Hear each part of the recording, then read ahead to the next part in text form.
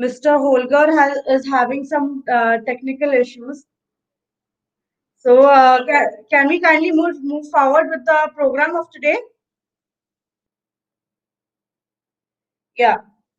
So, as of now, I would like to uh, I would like to start this event by welcoming and introducing our first guest speaker for the seminar, who will be introduced by Rotarian Supriya Banerjee.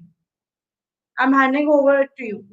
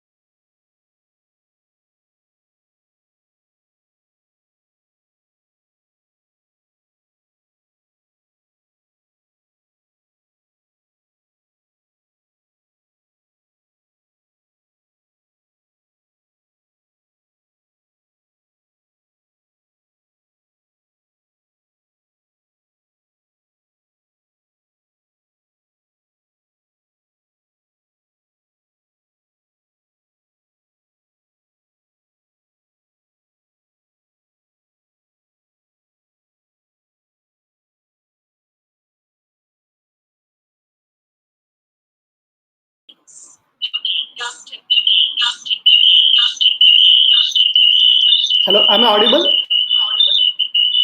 Hello, am I audible? Yeah. Hi. Thank you so much, Dr. Supriya ji, for your kind words and introduction. It's an honor to be on this particular platform where, it's a RYLA event and it's a program for youth leadership.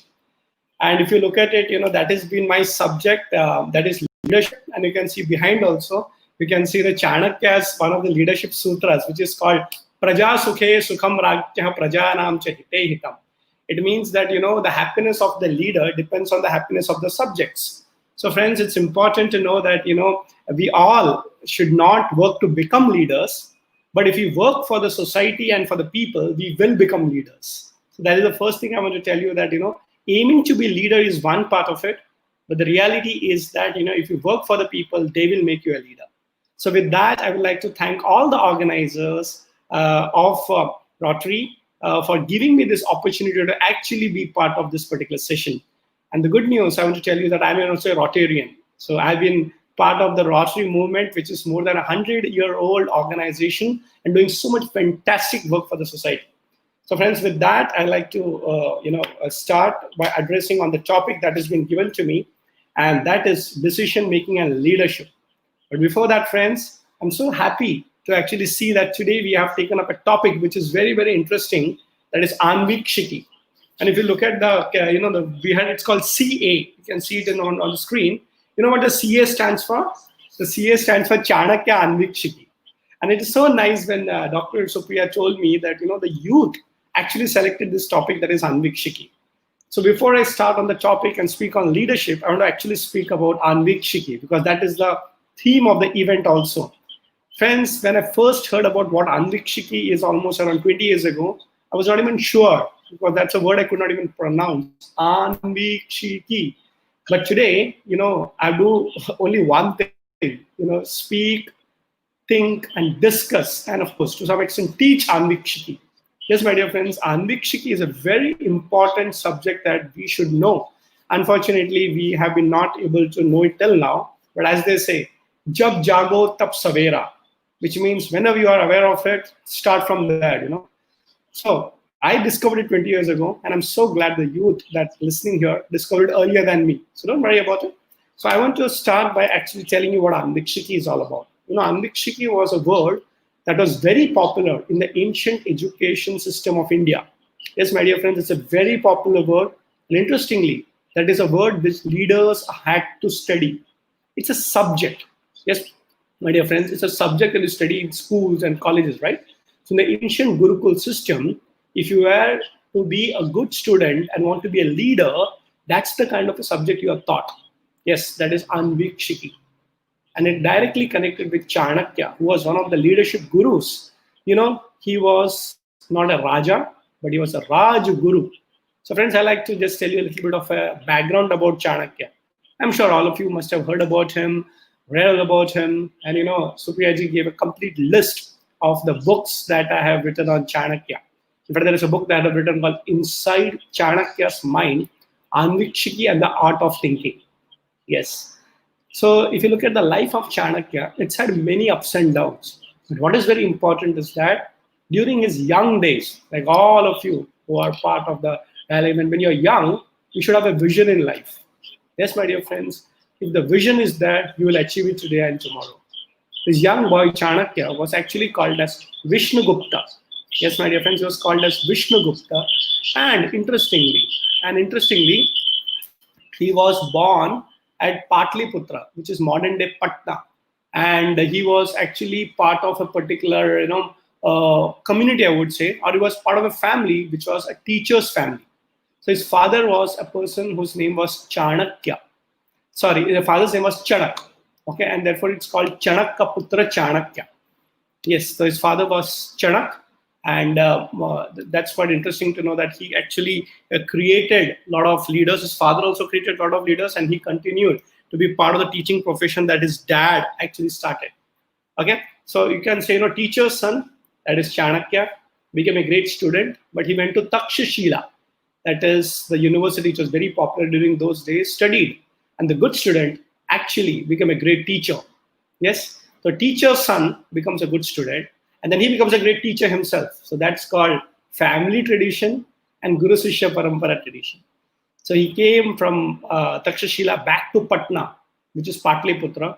Now it is modern day Bihar, but during those days it was called as Magad Kingdom. And you know what? There was a problem in Magad, that is leadership. Yes, my dear friends, Magad had a challenge of leadership. So Chanakya also tried to explain to the leader of that particular time, that is Dhananand. He told him, you better start governing properly, lead properly. People want to have actually good leaders. But then, sometimes leaders become arrogant with their position and power. And they say, who are you to tell me what to do and what not to do? Chanakya unfortunately had no solution but to replace Dhananand with this able student, a young boy, and his name was Chandragupta Maurya. Yes, my dear friend, his name was Chandragupta Maurya, a young leader like all of you. But remember one thing, just by being a leader with the potential is not enough. So all of your potential leaders, you're attending this particular program, you're listening to stalwarts over the next few days. But remember, potential without training is dangerous. Potential without training is dangerous. So Chanakya picked up a youth potential leader and he trained him up and made him one of the greatest kings India has ever known. Yes, he was trained to become a youth leader and he became the Samrat of India. Okay, and that's why we have this great combination of Chanakya Chandragupta, CC, Chanakya and Chandragupta, and we had a great leader emerging who actually made India one of the richest countries of the world, one of the most successful countries of the world. So remember, a Raja along with a Raj Guru actually made India very popular, successful, and wealthy during those days. Friends, leadership with a leadership coach, Raja with a Raj Guru has got all the potential. So all of you should learn leadership under great teachers. Okay, so you have so many teachers coming on this particular platform, but that is not enough. You need to study and practice it also. Okay, so I want to give you a small analogy. Suppose there is a cup of tea which is served to you. Okay, so somebody serves you a cup of tea, and then you drink it and say, not up to the mark. Why? It doesn't have sugar. I'm a sweet person, and I like to have more sugar. So your mama or your whoever serves you the tea goes inside the kitchen, adds some sugar, and comes back, and then you start sipping it and say, not up to the mark. And then again she goes, put some sugars and say, not up to the mark. Then the mommy says, why? What happened? I'm putting more and more sugar. How come you can't taste properly? And he says, no, I don't know. The mommy says, oh, spoon over there. Please, stir with the spoon. So the sugar that has gone inside is not enough. You may add a lot of sugar, but you have to make it a part of the tea. So you have to stir it. So today also I want to tell you, my dear friends, you may listen to a lot of speakers and stalwarts. Look at the panelists. They are one of the most successful people. You're all lucky to listen to such, achievers of high caliber, nationally and internationally. But let me tell you, after this couple of days, you may feel, wow, I have learned leadership. No, my dear friends, no. You may have heard about leadership. You may have understood about leadership theoretically. But what is very important is that you need to practice it. Yes, remember the sugar has to be mixed. So, Rotary has given you this fantastic RYLA platform to learn about leadership. You will get more and more about it. It's like adding the sugar, isn't it? But more sugar doesn't guarantee the tea has become sweet. The application, that is, applying it in your life, in your mind, is what is to be done. So remember, friends, what is that process? It is called Anvikshiki. Yes. So Anvikshiki is you have to think like a leader. Yes, Chanakya made Chandragupta Maurya think like a leader. A lot of people, they are positional leaders, but they don't have attitude of a leader. What is the meaning of positional leaders? I'm a president, I'm a chairman, I'm a CEO of a company, I'm a captain of a sports team. That's all fine. That is not enough. You need to actually behave like a leader, not externally with a power position and a badge, monitor of the class. That is not enough. You have to think like a leader. So Chanakya not only made Chandragupta Maurya a leader by position, but also made him think like a leader. And that practice is what, remember, the sugar has to become part of the tea. You have to practice it, and then you'll be a successful leader. So friends, the same Chanakya who defeated Alexander, who came to India to conquer, okay? And he had his brain. He did that. Most important, he actually wrote a book on leadership called as Kautilya's Arthashastra. Okay, so he wrote a book called as Kautilya's Arthashastra, a very successful book that has survived the test of time. There are so many leadership books that you must have read, heard, and we should read maximum about leadership, no doubt about it. But imagine a book called Kautilya's Arthashastra that was written 2,400 years ago and still survives. That means it's a time-tested book on leadership, isn't it? So friends, this is where I want to introduce you to the subject of Anvikshiki. Yes, so Arthashastra It's a book on leadership. It's got 6,000 formulas. How many? 6,000 formulas on leadership. Not one, not two. Okay, so imagine how much detail it has got. I don't want to take a lecture on Arthashastra today, which I keep doing in the University of Mumbai. Okay, that's not the point. The point is, I want to tell you one thing. Even if you get that one thing, that's enough. And that is what is Anvikshiki. Yes, my dear friends. So when you open the Arthashastra, like when you go to a school or a college, there's a syllabus, isn't it true? It tells you what is the pattern. So imagine you are actually learning leadership, and Chanakya is telling you that how to become a leader. And he said the first subject you should learn is Anvikshiki. What is Anvikshiki? Anvikshiki means the subject that you learn first in Chanakya's Gurukul system. Okay, so usually we learn 3 R's in the modern education system. What are they? They are reading, writing, and arithmetic or counting. R. Reading, everybody knows A, B, C, D. Then you start writing. Okay, and arithmetic, of course. Arithmetic starts with A, but when you pronounce it's R. So that's why we call the person literate. But remember, reading, writing, and counting doesn't make you a thinker. It doesn't teach you how to think. Anvikshiki is the method of right thinking. It is also called as the method of inquiry, investigation, curiosity. Yes, and I call it a science of strategic thinking. Everybody has got a mind and an intellect, isn't it true? But do you know how to use it? It's like having a mobile, isn't it? And you can download thousands of apps. There will be so many features. But not everybody knows how to use up to the full optimum capacity. So all of you are so young and energetic. You're born in a free India. And interestingly, you're born in a rich India. Yes, you're much more richer than your parents and grandparents, isn't it? But do you want to use your life for something much better? Or do you want to live a very selfish life about I, me, myself? Those who live for I, me, myself are not leaders. You look at what is written behind Praja Sukhe Sukham Rajnyaha Prajaram Chehite. Somebody who lives for the Praja, somebody who lives for the Sukha of the people, for the Hita of the people, for their benefit. So remember, you need to think like a leader, and that means you have to dedicate your life for the service of the society. And that's exactly what Rotary, Rotaract, and RYLA is all about. It's service. Okay. So when you look at it, we know how to read and write, but you know how to think correctly, how to take decisions, how to be a leader. That's Anvikshiki. I don't want to take a complete lecture on Anvikshiki because, as I told you, that's only one of the things I'm going to introduce all of you to. Okay. But Anvikshiki also means Anvekshan. You know what is Anvekshan? The ability to think, inquire. So whenever there is a problem, you investigate. Isn't it true? For example, CBI, Central Bureau of Investigation. You know what? If you translate that into Hindi, it means Kendriya Anvekshan Bureau. Yes, so Anvikshiki is there. It's a great science that unfortunately our generation has lost. But now, through this particular platform, we are bringing it back to each one of you. So friends, Anvikshiki is the right method of thinking. Now, I'm going to talk about decision making and leadership. How do you take a decision? Okay, is there a process? Is there a method of taking a decision? And you'll be surprised. There is a decision making science. There is a process to it also. And yes, Anvikshiki is also about decision making process. So I'll tell you how to take decisions. If you look at it, there are processes and steps to take a decision. But again, not many people know about it. So if you look at a lot of successful people, if you ask them, how did you become successful? They will tell you the formula.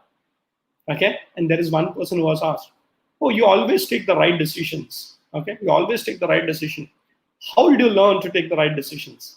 He smiled and he said, many times I started taking the wrong decisions. And slowly, I started realizing what is the right decision. It's 3 o'clock. So from the wrong decisions, you start taking the right decisions. From the wrong decisions, you start taking the right decision. That is the process of Anvikshiki. No, that is not the process of Anvikshiki. You don't do trial and error and you succeed. You actually understand the formula before you succeed. So you actually ask the other people who have already walked the path before you, saying that, okay, can you tell me what to do? And you don't have to make the mistakes. You can learn from others' mistakes.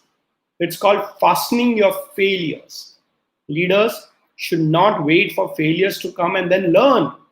Learn from those people who have succeeded through their failures.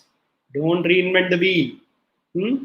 So Chanakya calls it Vriddha Sanyogaha. So if you want to be a good decision maker, ask the elders, ask the experts. Yes, this is also a leadership quality. And Chanakya calls it Vriddha Sanyogaha. Vriddha means elders, experts. Sanyogaha means what? Being in touch. That's exactly what's happening in our event also, right? So many experienced senior Rotarians, they're able to guide our young generation. You can do it. You may have energy. You may have a vision. But the process is known by the elders. Friends, if you want to take a decision, remember, first thing, consult somebody who's elder to you. Sometimes I work with so many companies, and many times people ask me, I don't know what to do. I don't know how to take a decision. I say, don't worry. So you just ask somebody who's senior to you. And said, senior means what? Suppose you're working somewhere, ask your boss or ask an expert. For example, if I am not able to do something properly in finance, what do? I talk to my chartered accountant. I talk to my tax planner. I talk to somebody who's good in finance, isn't it? In the same way, when you want to become entrepreneurs, and I'm sure all of you must be already thinking about being an entrepreneur. An entrepreneur is also a leader, isn't it? So whenever you want to be a leader or an entrepreneur, never do it alone. Take some guidance. Those people who have already walked before you. It's like going to a new place, isn't it? You are maybe going to that place for the first time. But the golden formula is take a local tour guide along. Yes, I'm going to a particular area which is known to me. It's a jungle area. It's got a forest area. You don't know whether there are wild animals. You don't know which road to take, which route to avoid. But when you go to a local person and say, sir, okay, I'm new to this particular place. Can you be my guide? And that local tour guide will tell you, don't worry, I'm here. I know every single path over here. So he will take you through the right roads. He will also tell you some beautiful stories, isn't it? Everybody likes to listen to stories. So when you're taking a local guide along with you, he will not only tell you the right route, but also share some beautiful experiences on the way. So my dear friends, this is a very important leadership quality to actually learn from those people who have done before you. So they will tell you the secret formula. They'll show you the route. Interestingly, they will also share their experiences through their own stories. This is what Anvikshiki is all about. This leadership is all about. Okay? So friends, you have to understand one thing. That life is never about doing it alone. It's about doing it with others, with experts. The first thing, if you want to be a good decision maker, you should know how to think correctly. Anvikshiki. And second, that's not enough. You may think a lot, but how do you know whether you're right? A lot of people say, I'm very confident it will work. Ask them. But who has verified it? You may think it is wrong, but verified with somebody who knows it better than you. That's why in India we have a great culture which says always take your parents' blessings, elders' blessings, teachers' blessings. Why? Because you may have everything, but when blessings are there, you will not fail. Vriddha Sanyogaha. So, what is the process of decision making? Number one, Anvikshiki, inquire, gather all the data, information, get yourself very clear. Okay, but that is not enough. Ask the experts. Okay, and the third, very important thing. Okay, and that is Mitra Sambandha. What is the meaning of Mitra Sambandha? Mitra is friend, Sambandha. Okay, also take some friends along with you in your life journey. Yes, you cannot fight a battle alone. Take some friends along. Chanakya always believed that, when you fight a battle all alone, you're lonely. Okay, you don't have any support. But imagine your friends along with you in all the challenges of life. Initially, when you're fighting the battle all alone, it looks as if it's a lonely journey. But when friends are along with you, it becomes a game of life. From a war and challenges of life, it becomes a game of life. Because two friends can face the same challenge, but they will do it with joy. It's like playing a sports game, isn't it? So you have an opponent and you are yourself there. But it becomes a team game. You are there with 10 friends and the opponent is there with 10 friends. So it becomes a game. So never, ever, ever get frustrated in life. Phone a friend. Okay. Amitabh Bachchan also, there's very famous game show. It is called Kaun Banega Karodpati. So you're all trying to solve your own questions. but there is one lifeline. When you don't know what to do, and in the lifeline, one of them is phone a friend. And you say, okay, friend, I don't know this particular question. Raj, okay? Oh, Raj, you know what? You're an expert, you're intelligent. What do you think the answer of this particular question is? And the Raj will tell you, this is the answer. And you become the Karodpati. So remember one thing, phone a friend not only works in Kaun Banega Karodpati, but phone a friend also works in life. I've been working with a lot of youth, and now I suddenly find a lot of these youth have a major problem. What happened? Mental health problems. Mental health problems at this age. This is the time to actually enjoy life, not get stressed out too much. The first question I ask them is that, how many friends you have? You're very intelligent, you're very dynamic. No, I have lots of friends, I've got lots of followers. No, I'm not talking about Facebook or Instagram or Twitter. Okay? I'm not talking about that. I'm saying how many real friends you have with whom you can speak openly.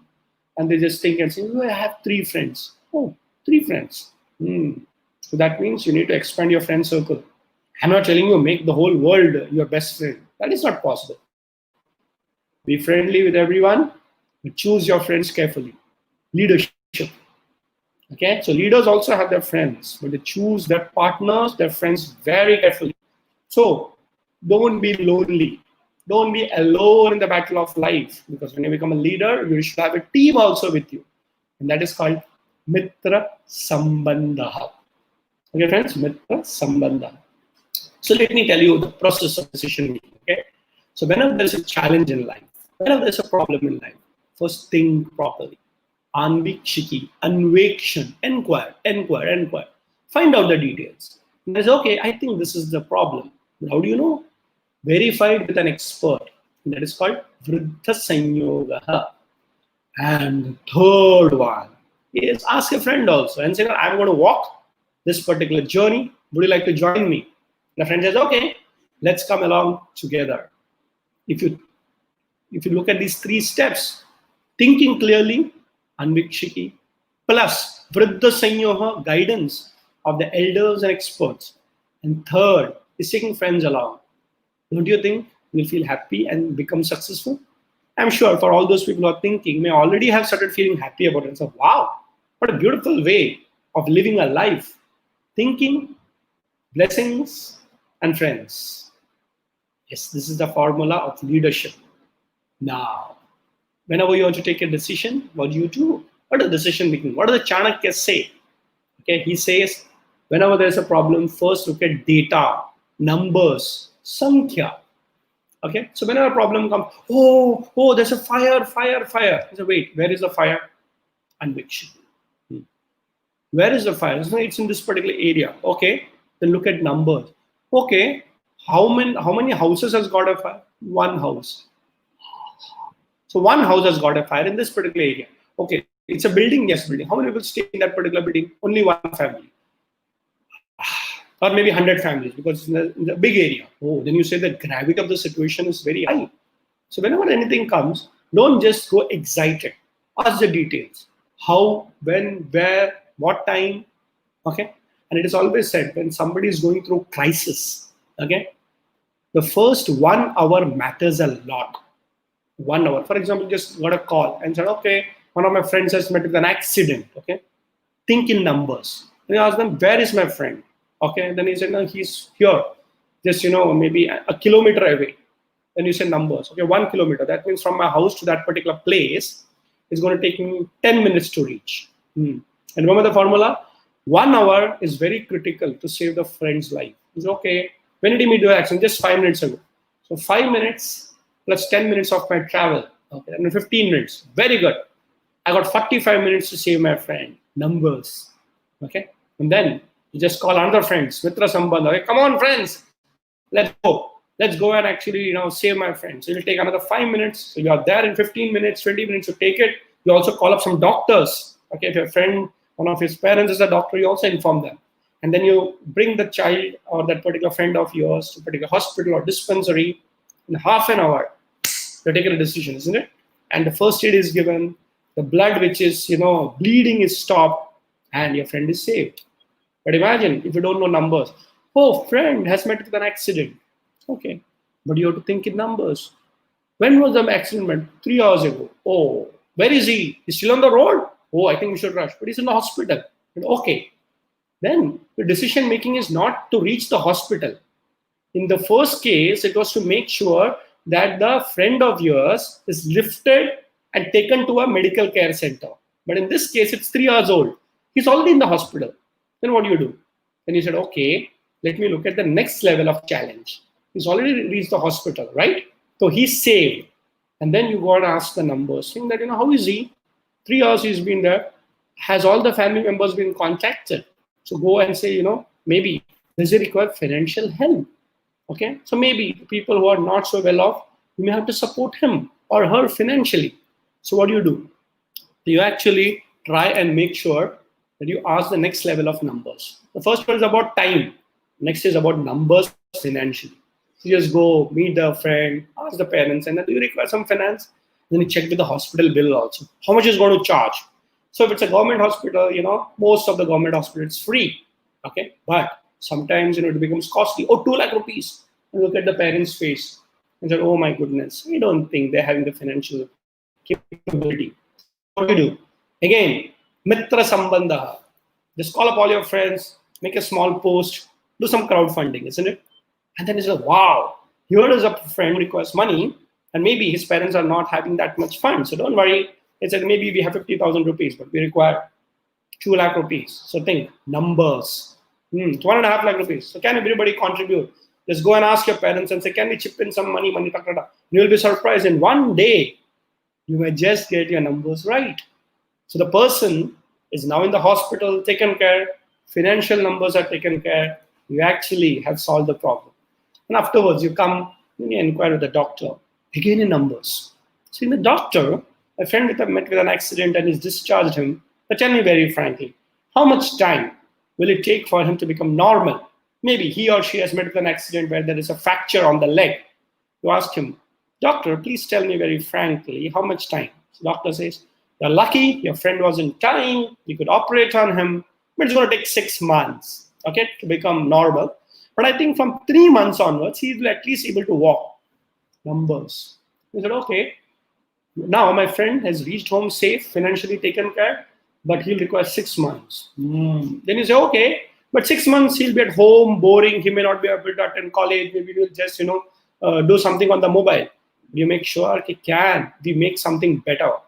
Every day, all of us call him, maybe, be in touch with him through some other method, maybe an online, have a chat with him. So what you realize is that now the first problem of reaching the hospital is gone, finance of the hospital is taken care. Now he requires 6 months of support to make sure that he is feeling that he's not lost or she's not lost. So you make a plan. He said, okay, let us make a small group of 20 students, 20 friends, and then everybody will, talk to him in length every day. Okay, because everybody cannot talk every day for so long. No problem. So from crowdfunding, you actually look at crowd of friends and you plan. Okay, my dear friends, this is exactly what your mothers do. Your mothers are very good in numbers. Okay, at home, they plan everything, isn't it? How much dal, roti, chini, rice, vegetables, they are planning. They think in numbers. Yes, they're very good in numbers. When you have to take a decision, a leader should be very good in numbers. So when they go out for shopping, observe your mother, how she shops, There's a calculation going on in her mind. Okay, she'll say, okay, 20 people are coming for a party. Of course, during the corona time, there is no party. But let's say during an event in the house, she'll start calculating. Okay, she knows for 10 people in my house, so much, groceries is required. And monthly there is a shopping, isn't it? Numbers. She'll think, okay, 20 people are coming, so we should have so much extra food. Some of them could be purchased, some of them can be made.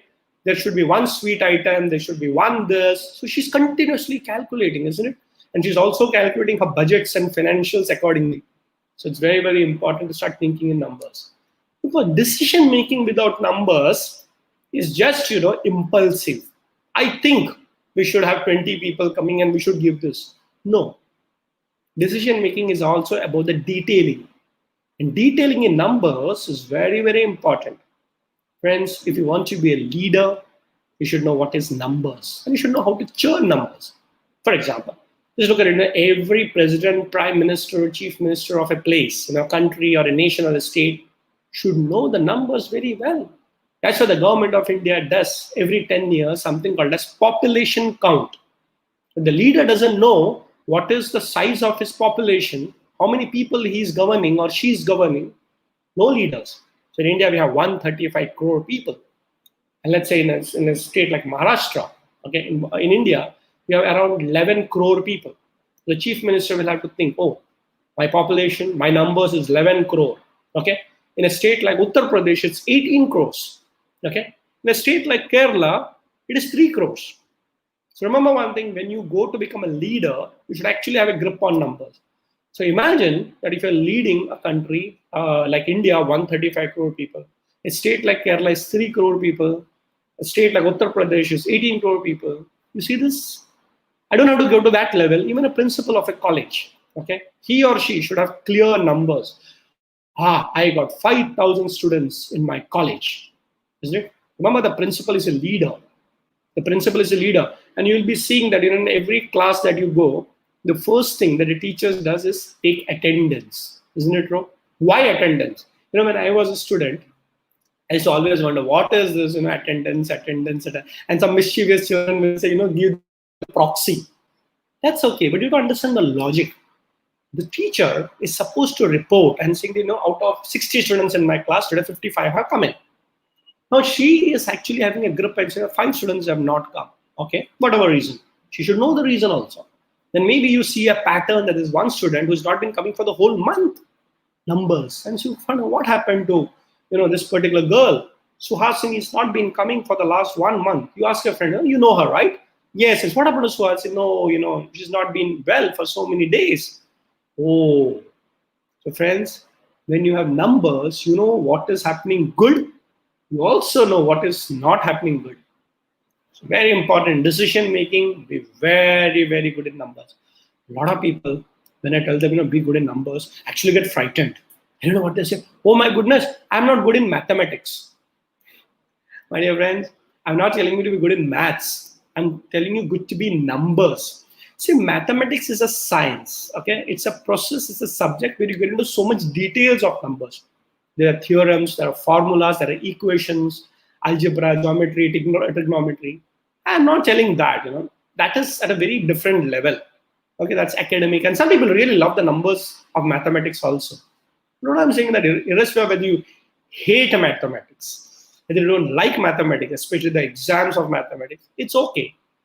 But being good in numbers is very essential if you want to be a leader, especially when you have to take decisions. Without numbers, you can't take a decision. So now what do you do? So let me go back. Okay, we are all a lucky generation where education is like literally a very normal thing. But when India got freedom in 1947,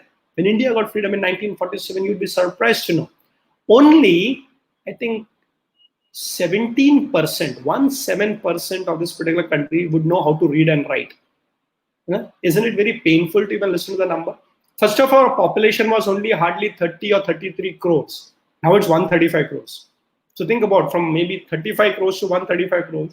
And in 35 crores also only 17% you should know how to read and write. Okay. But let me tell you, irrespective of whether you read and wrote, during those generations also, they were leaders and entrepreneurs. Of course, there were educated leaders. But if you look at some of the business communities, okay, Sindhis, Gujaratis, Marwadis, so a lot of business leaders, especially in those communities, were not necessarily highly educated, but they were very good in their numbers. It's called business acumen. Okay, remember this word? You can do a business acumen course also if you want to become an entrepreneur. What is an acumen? Okay, the acumen is saying that, okay, listen, I need to always achieve my numbers. And I'm telling you, I've read so many stories about great successful business leaders who may not be highly educated, but they were good in numbers. I'll tell you one story. Okay, because we are all talking about leadership, right? So there was a great leader, business leader, and his factory. Okay, he was not very highly educated. He was hardly 4th standard pass. Okay, and there are still no leaders who are 4th standard pass. They're chairmen of companies. 4th standard pass, chairman in 2020. Okay, again I can give the name of the company also. Hare Krishna Jewelers, the chairman, and he's very proud about it. Okay? So he says, so what? So what, I'm first pass, but I can manage to actually lead a company with 5,000 people. And Sauji Bhai, that's the name of the person. Sauji Bhai says, Dholakya. So that's okay. Maybe I'm less educated. That's why I'm very successful. He says, sometimes when you become very intelligent, you start calculating too much. Okay. So there are people who actually are leading organization because of the grip on numbers. Okay. So friends, this is a story about such a businessman many years ago. Okay. This is almost like almost 50 years ago. Think about it, the generation that you're working in, not so qualified workers and things like that. He started a plant. He started a factory. It was manufacturing a lot of, I think cycles, something like that. Yeah, cycles. And the production capacity of that particular factory was 100 units per day. Let's say, 100 cycles. But because of some problem and all those things, there was an, issue and, they could only produce 80 cycles per day. So the plant manager came and told him, sir, today only 80. They said, wait, my production capacity is 100. Why 80? And he says, this is a problem. That is a problem. The worker has not come. There's electricity problem. There's diesel problem. This. He said, listen, okay, I'm very clear on this. Till you achieve 100, you should not go home. Whatever be the problem. He says, no, but there are no excuses. And then he explained to that particular factory manager. He said, what? For you, it is 100 to 80. Isn't it? So today you are supposed to produce 100 units and you're only producing 80. Tomorrow also you will come and say, another 80 and then 80. You know what? You do realize that every day when you have minus 20, after 10 days, it will be minus 200. Yes. So here the acumen, I'm saying that, listen, today it's minus 20. Tomorrow it becomes minus 40. So actually speaking, tomorrow when you come to the factory, you don't have to achieve 100. You have to achieve 120. So understand this. So every time there is a delay of 20 units not being produced today, it adds on. So let's say tomorrow you go and also achieve 80. So how much you have to achieve? Actually, you have to achieve 120 plus 20. So day after tomorrow it becomes 140, and you never know. That's why if you're students, don't accumulate. Do everything right now, right here. Kabir ka doha. Kal kare so aaj kar, aaj kare so ab. Okay, remember that. What you're doing tomorrow, do it today. So you should know number. All the things that you do it today. Tick, tick, tick, tick, tick. Okay. So friends, this is what I'm going to tell you. For decision making, you should always be good in numbers. Is it enough? No. One very important thing in decision making, you should have a quiet mind also. Okay. Don't react. In any situation, respond. Okay. In any situation, don't react, respond. What is the meaning of reaction?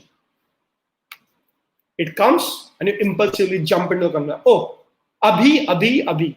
That's exactly what the youth does. I want the solution now. So if you send a message to your friend and if he or she doesn't reply, oh, our relation is over. That is a reaction. Okay? You should have a lot of patience in life. Remember one thing. All good things in life takes its own sweet time. This is nature's law. You do your best and leave the rest. You do your best and leave the rest. Remember, friends, is that if you want to be successful, it should be a long-term approach. We overestimate in the short term and we underestimate in the long term. A lot of friends start businesses and this and that, but they say, tomorrow I'll make a profit. Tomorrow I'll get a venture capitalist. Tomorrow I'll do this. It's not going to happen overnight. Ask your mother. She will tell you, how difficult motherhood is. Ask your parents how difficult it is to bring up a child. It takes a lot of time. 18 years is when you become an adult. For parenting, it goes on and on and on forever. In the same way, my dear friends, never expect any results right here, right now. Be very clear about the process. Okay, it takes its own time. And there's an old age saying that when you plant a seed today, the fruits may come after many generations. So it is said, the mango you are eating from a tree was probably planted by your grandfather. But still, you should plant another mango tree. For whom? Maybe for your grandchildren to eat. So friends, have lots of patience. Unfortunately, we are trained in reacting rather than responding. How do you differentiate? So if something comes to me, okay, and I just go, that is a reaction. But something comes to me, and wait, and then okay, let me think. So this gap. And then once I think clearly, use Anvikshiki, and and then go. That is called response. There's a response time. And that, if you understand that whenever something comes, is wait, watch. Okay, don't react, respond. The ability to respond makes you responsible. Okay, remember, response is responsible. The ability to respond is responsibility, and that is a leadership quality. Leader has a lot of responsibilities, isn't it true? Yes, friends. So if you want to be a leader, one of the very important leadership qualities is the ability to respond, which makes you responsible. So if you're reacting every time, danger. Okay, you're reacting anytime, danger, because what you're doing is continuously reacting, and nobody likes a reactive person because he or she is not thinking. Be calm, quiet. In every situation, be a calm and quiet person, isn't it? That's why it's called Yudhishthira was a leader. जो युद्ध में स्थिर है. Sthira means the ability to be calm. In a yuddha, he becomes Yudhishthira. So be like a Yudhishthira. What will be the challenge? What will be the situation? I will not react, but I will respond. But how do you respond? Ask others. Ask your friends. Mitra sambandha. Vriddha sanyoga. Use your mind. Anvikshiki. Isn't it true? Yes. The last point I like to make before maybe we can take up a few Q&A is that very important is that you are always known by your leader because of the love for your people. Okay, you have to understand one thing, that results will come in its own sweet time. But the thing is that you always should remember whether the people are happy with you. Otherwise, you become a dictatorial leader. That, oh, you know what? I am the leader and I am the permanent leader. Nobody is permanent. Leader keeps changing. Right? The leader is the one who creates more leaders. A leader is the one, a true leader is the one who creates a lot of new leaders. And I'm so happy to tell you, you don't have to learn this outside anywhere. You can learn it from Rotary, Rotary itself. A whole RYLA event is all about leadership succession. Isn't it true? So in every Rotary club, every district we see, there is a president, there is a past president and immediate past president, and a president-elect. So you see there is a leader, and there is a past president, immediate past president. And there is a one person who is the next president. So you actually given a point, there are three presidents, isn't it? The current president, okay, the previous one, and the future one. So that is three leaders. So one is a leader, but he's guided by Vriddha Sanyoga, the previous immediate president, and the next one, president-elect. So even if you're good, remember one thing, even if you're good, you should give your chair to the next person. Okay, so the vice captain becomes the captain. The captain becomes the coach. Isn't it a beautiful leadership model within Rotary, within RYLA, within Rotaract? So I don't want to keep going on and on because you've got so many other speakers lined up, so much you're going to learn. But remember one thing, take every lecture seriously, take a pen and paper, note down everything, listen to the recordings later on. Remember the sugar example, okay? Remember the sugar example. Just gathering information, knowledge, and listening to all these great panelists that you have after me also. So many beautiful panelists lined up is not enough. You have to think, apply in your life, okay? Then you will become a successful leader with a lot of decision-making qualities. This is what you should remember, Anvikshiki. If you are a successful leader, you will create more successful leader. You should be a thinker, a role model, and you have a lot of followers following you. So be a good leader, and when followers follow you, remember, leader is the one who creates more leaders. Thank you so much.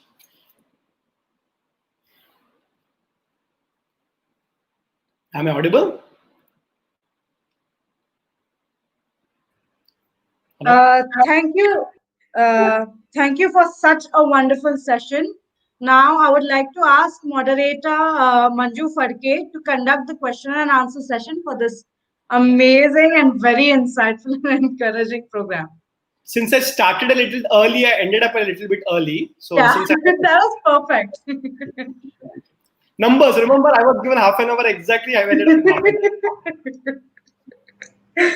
Manju, turning Question. over to you. Yes. Yes, sir. So thank you, Dr. Pillai, and it's pleasure to meet you again. And if you remember, you were the chief guest for our international RYLA in Panvel 3 years Yes. back. So it's a Yes. coincidence that you're again a speaker for this session of International RYLA. Yes, ma'am. Moving on, there are some questions which we have taken from the participants, and Yeah. I'm going to take them one by one. Yeah. The first question to you is from Kelly and Dunn, is to Okay. what inspired you to go into business field? Okay, so I've actually been an employee, and I used to work for many years till the year 2000. Okay, so I was an employee, and my boss, a very popular person, his name was Mark Mascaris. Okay, he was in the field of sports cricket. Today we talks about sports event management companies, but 20 years ago in 2000 it wasn't a very great thing. But we actually worked in the sports field, the cricketing field. And it so happened that Sachin Tendulkar, where a lot of our young stars, I used to work with them. I used to head one of the marketing divisions of the magazines called as Cricket Talk. So any parents who are listening will know this. It was a very successful cricket stalwart. Unfortunately, Mark died in a car accident in Pune, Mumbai-Pune highway. This program, I know most of the organizers in Pune. I'm from Mumbai, and they have the expressway. Unfortunately, he died in a car accident. And what happened is that, I was in one way called jobless. But, by the grace of God, I was very capable. So I was looking out for a job, and I had a couple of offers also with me. But my spiritual guru, I'm from Chinmaya Mission since my childhood. He told me, "What are you doing nowadays?" So it's nice to say, I'm looking for a job. I'm in between jobs. I got 2, 3 offers. I'm considering. So my guru told me, listen, instead of looking out for a job, you youth, capable youth, okay, should look about creating jobs. Okay, now imagine 20 years ago, that was not a great thing. Okay, now everybody talks about entrepreneurship. Even our Prime Minister Modi ji says, that think about being an entrepreneur, start up India, stand up India. But for our generation, 20 years ago, I said, oh, what to do? But remember one thing, once my teacher tells me, I take it very seriously. My dear friends, when your parents, your elders tell you something, you may think it's a boring advice. Every day they keep nagging us. Study. And you say, oh, and then over a period of time, you start lying. But one of the things that I've always believed is that if my parents, if my teachers, if my elders tell me anything, I say, okay, you have to understand the intention, not what they are saying is. We always say you are nagging me. But the nagging is not their intention. Your safety, your success in life is the intention of the parents.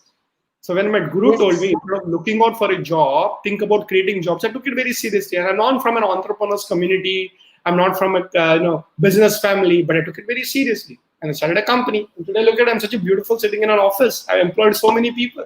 So how did I become a businessman? To be very frank, I had no idea about being a businessman. But if you listen to your elders, if you listen to your teachers, you'll be surprised. You will succeed in whatever you do. So I'm a business coach. Not only am I a successful businessman, that is only one part of it. But I'm teaching others how to become successful in a business. What is that one formula? Listen to your elders, listen to the gurus and teachers. They always have good intention for you. Follow them, you will never fail in life. Thank you. Yes, thank you, sir. Moving on to the next question. It comes from Madhavendra Rathod, and he's asking you how to approach experts for guidance. Very nice question. Very nice question. See, first of all, you have to decide what is your field. Okay. And every field has got experts. Okay. So in Sanskrit, there is a saying, Bahuratnaya Vasundhara. Okay. So Vasundhara means the whole nature. Bahuratna. Ratna means jewels. So nature has created many jewels. So you can't say, only peacock is the most beautiful animal. Oh, no. Peacock may be beautiful, but eagle is also beautiful. A crow also has its own beauty. The cuckoo has its own beauty, right? So what's very important is to first to decide what is the field you want to give your life into. Maybe make it a profession, maybe make it your passion. For example, Chanakya, isn't it true? So that's my field. Somebody wants to become an artist, somebody wants to become a scientist, somebody wants to become a businessman, somebody wants to become an entrepreneur, politician. I don't know. No field is right or wrong. Okay. So first you choose your field. And then what you do, make a list of the experts in that field. For example, somebody wants to learn dance. So do you go to a scientist and tell him, okay, you're a successful person, I heard you're a very successful scientist. Now please teach me dance. He says, listen, if you want to learn science, I can teach you. But if you want to learn dance, go to the next door neighbor because she's a great dancer. So first of all, you should choose your field. Now, problem with a lot of us, we are not even sure what our field is to be. So it's too many options and too much confusion. And your generation is actually lucky. You know how many fields to choose from, and especially online, you can listen to so many experts. Okay, but remember one thing: you should choose your field and choose the expert in that field. So make a list of 10 people and approach them. And you know what the best part? If you actually approach an expert, he or she is always available. It's a mental block. Of course, you have to look at the time and everything. But remember one thing: even when you're starting in life, don't try to be successful overnight. Be an intern. Work under somebody. Learn from somebody. So if you want to be a businessman, no problem. Work under somebody who's a successful businessman. So finding a mentor today is not very difficult. Choose your field, look at this, approach them, work under them, and the mentor will make you successful. Okay? So don't worry, you will be successful, but without mentoring, no, don't do anything without guidance and mentoring of experts. Vriddha Sanyoga. Thank you. So yes, there are a lot of organizations today who are offering mentoring opportunities, the platforms. There are many entrepreneurship incubation cells which are available today. So all the youngsters can, Google them and take advantage of that. The next question is coming up from a very senior Rotarian of our district 3131, Rotarian Vibhakar Ramtirthakar. He's asking to what extent the charisma of a person uh, is a part of leadership. Charisma does matter a lot, because charisma of a person is his energy that he brings on, when he speaks to an audience. So oratory skills, and the way you communicate, the way you dress up. So look at, I'm also dressed up very smart, right? I had a nice haircut. Look at the office. So this is all charisma, and you can feel the energy. Oh, when Mr. Pillai, Dr. Pillai is speaking, there's a lot of josh. But I'll tell you something, because being in the field of leadership, I teach leadership at the Mumbai University. We have a center, okay? It's called the Chanakya International Institute of Leadership Studies, where we have a lot of senior professionals who are right from the age of 30 to 60, 65 are my students. Okay, I've realized one thing, that the external leadership that you talk about, charisma, is good, but that's not the most important. Okay, because sometimes you can get carried away by people who dress very well, and show and write and have a lot of followers on Instagram and Twitter. You know what? From the charisma outside, you should have conviction inside. That's a very important quality. Both are C only. One is called charisma, but the other is conviction. There are a lot of leaders, very, very profound leaders, but they're silent leaders. They don't like to show off. They speak less, but they're great leaders. In fact, there is one type of leadership. It's called silent leadership. So there are many, many types of leadership: charismatic leadership, autocratic leadership, positional leadership. But the one which I love the most is silent leadership. For example, let me tell you, Mahatma Gandhi, okay, a leader, okay, he had so many followers.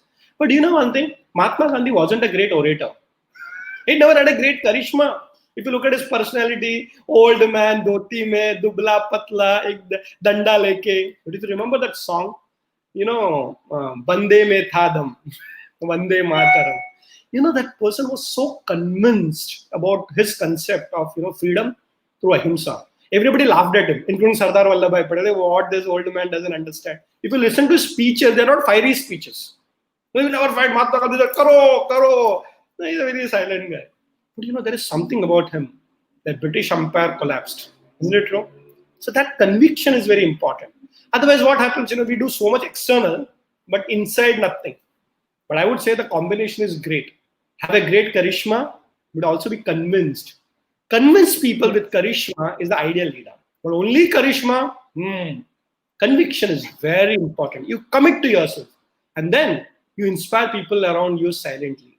You don't have to be great outside, but you have to be great inside. And that's what Chanakya calls it, Raja Rishi. An ideal leader according to Chanakya is Raja Rishi. He's the Raja, but he's thinking like a Rishi. Let me also not write off. A very important quality of a leader is spirituality. Those people who meditate, calm and quiet, they also inspire people. They're silent, but they're inspiring. So charismatic leadership to convincing leadership. That is what Chanakya talks about. Thank you. So conviction is main and charisma is a bonus. That's what we can say in a leadership. And at Rotary, because we are an NGO, we also talk about servant leadership, where we are serving the community. So that's another term that we very often use in Rotary. Moving on, Srijana Shrestha, she is asking, how to choose member when you are leading a team as you don't know about them. So if you look at government organizations or matured organizations, there is something called as probation period. So it's like in marriage, there is something called as engagement period. Okay. So what is a probation period? The probation period is the person started working with you, okay, but you are still testing that person, okay. But let's say depending on the organization, some people give probation for 3 months, 6 months, in some organizations it's even 2 years. So what are you doing? The person is on the job, he's already part of your team, but he's not a permanent member. Okay, so what you're doing is giving them small assignments. Like this happens in Rotary also, isn't it? So you choose somebody and saying that there's a capable leader, but I'm not sure. So give him or her a task, and then if he delivers, and wow, you're proven yourself. So what happens? You have to test before you trust. Test before you trust. So what I'm saying that if you find somebody capable who can be part of your team, even small projects, try it out, and then slowly, slowly you'll get the conviction. Then make him permanent. So probation can lead to permanent team member. An engagement should land up in marriage. Okay, the same way, before you make somebody a team member, Chanakya speaks about the process, okay, of how to choose him. Look at the background, look at the intention, look at the responsibility of the person, try, test. So do all those testing, but a team member is forever. Okay, it's not a trial and error after a point. Do the trial and error initially, but once he's a part of the team, that person should be part of your team forever. So choose carefully, test before you trust. That's my answer. Yes, thank you. That's really nice. Test before you trust, because you can't trust and then start testing. The next question will, give me and you. We come from a particular generation. A real peep into what the next generation is thinking. So, a very interesting question coming from Shruti Nathani.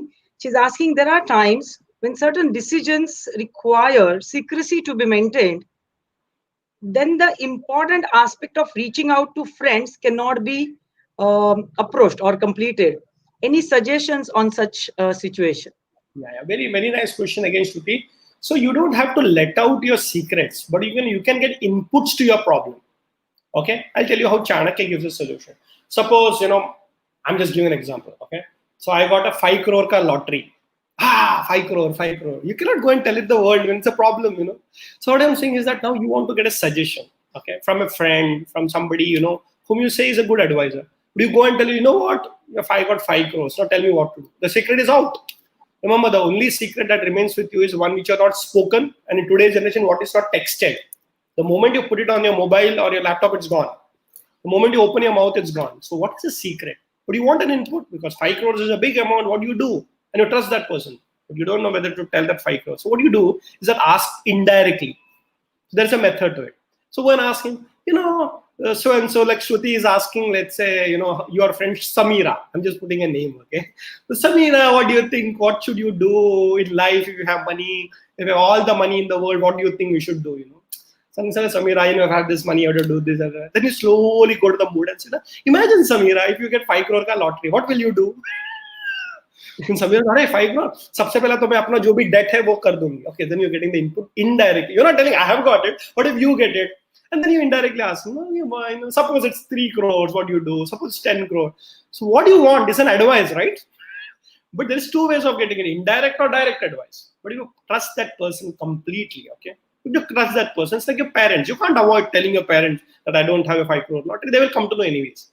But if you have to understand the maturity, to understand whom you're going to open your secret and for what. Secret should not be just for the sake of मुझे किसी से बात करना था. अरे बात करना था dangerous हो सकता है. It's not a let out. The secret is the only thing which you don't let out. The moment you let out, it's gone. So what I'm saying is that that's an indirect method of getting inputs for your situation. So never ever let a secret out till the time is ripe. So I'm not telling information. By the way, in today's world, there is nothing called a secret. Everything is transparency, isn't it? No? So your bank accounts also the government knows, your PAN number also the government knows, and today with the internet era, everybody knows everything. But what is very important to know is that you should know matured way of handling situations which are very serious. Okay, so the 5 crore lottery for you it may be big, but somebody who's a big businessman who's playing 100 crores, it's nothing. So maybe you can take an input from a person who's dealing with 100 crores. So for you 5 crores may be big. So it's a matured way of analyzing. Anvikshiki. Anvikshiki is also asking the right person the right question at the right time for the right reason. right question to the right person at the right time for the right reason. So when you think through it, the secret will not be out, but you will get the input that you want. Thank you. Okay. So probably last one or two questions. One, he's asking how do we, so this is Mayank Heda. He's asking how do you identify your skills? Oh, very good point. So it's See, kind of a SWOT. How do we make that? yeah. See, I'll tell you something. Sometimes you require a mirror to tell you how good you are at it. Okay, you may be very good, you know. So it's like looking into a mirror. So who is a mirror in your life to know what your skill is? Okay. So actually, it has to be somebody other than you. So there is something that you are good at, and many of times we are aware of it. But even if you're good at something and you identify you're good at something, please verify it with somebody who's an expert. Okay, it's like looking into a mirror. So how do you identify what you're good at? Probably today that the whole society is asking this question, and especially when you go to take educational courses, there is a personality analysis. So people have these reports coming in of the various personality traits. They can tell you what you're good at. Suppose you're going abroad, you're not sure which course to take up. So all these things are there. But I'll tell you something very interesting. There are two ways of finding what you're good at. And number one, your own trial and error, isn't it? So you try this, try that. Oh, I never knew that I was an artist. Okay, I never knew that I could write so well. So it's a trial and error. It's an experimenting, and suddenly it hits to you and saying, "Oh, like college event just happened. Somebody pushes. I don't know how to sing. Come. And actually, you get a first prize, and you say, "Oh, I never knew that I could sing so well." So that is by accident. You discover yourself. But the second, the ideal process is to check with somebody who's good. Like for example, I remember one of my friends. We were in school together. One of his teachers told him when he was in third grade, third standard, and said, "You're very good in your handwriting and your sketching. Your drawing skills is very good." So okay, the little third standard child thought another appreciation from teacher. So very good in skill. But the teacher did something very interesting. The teacher actually called up my friend's parents, okay, and told him, do you know your child is very special? Now what happened? What's the problem? No problem. He's got actually a skill which is inborn, natural. See, I'm a drawing teacher, okay? So he can sketch very well. He's got something, an artist in him is waiting for an expression. And do you know what? Even though the child was told you're good in drawing and sketching, the parents took it very seriously. The teacher took it very seriously. And today, that guy actually runs an architectural firm, okay, with more than 300 employees. And when I talk to him, he always says, okay, listen, I'm very clear on this particular thing. My teacher identified my skill when I was in third standard. My parents supported me. I only had to follow the path, get qualified. Of course, he's a design engineer and all those things. So there are two methods. Listen to your voice or listen to the experts. But stick to that path once you found it. Otherwise, people keep changing fields. So stick to the path since third standard till now. Okay, he's 47 years old. He's only chosen one field, that is art and creativity. And he's number one in India in his field. All the best. So just last question, and Dr. Pillai, we've just have last 1 minute to answer this. One of the girls is asking, there's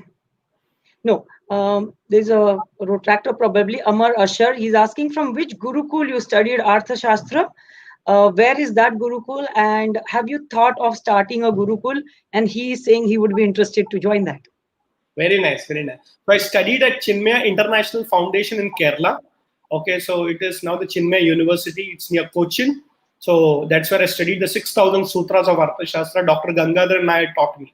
Now coming back, my Gurukul, I have got many Gurukuls, not one. So this is my company, Chanakya Anvikshiki Private Limited. Even though it's a business thing, we train people. So if you want to do some training programs, okay. We are having another thing called Chanakya Institute of Public Leadership, where we teach Arthashastra 6,000 sutras. The most important, the Mumbai University, you have Chanakya International Institute of Leadership Studies. I learned from one Gurukul, but I have 3 Gurukuls. You decide where to find. Thank you so much. Thank you, Dr. Pillai. It's been always been a pleasure listening to you. This is probably the 5th or 6th time I'm listening to you, and every time you, manage to, give me some thought to take back. And I'm sure you're leaving even the participants with a lot of thoughts to take back with them. I hand this session over to our MOC Riddhi, and Dr. Pillai, please stay in for two more minutes here. And over to you, Riddhi. Yes, I'll do that. Yes. I would like, are we ready with the virtual memento here? Because we would like to present you with a virtual memento. and then you'll be obviously receiving it in the next few days. Uh, can we play the video of it, please?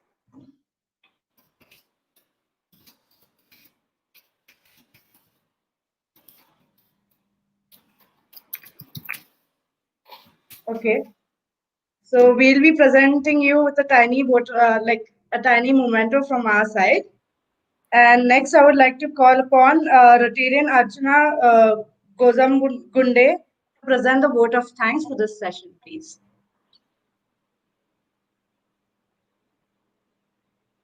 Unmute yourself, Archana.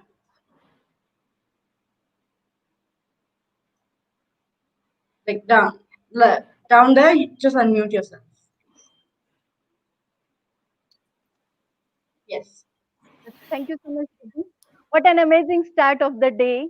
Thank you so much, sir, for this.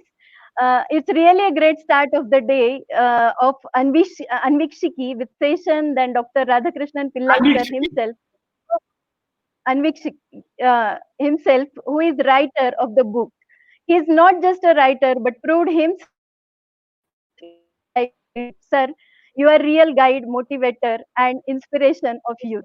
Each one present here is get inspired by your words today. Thank you so much.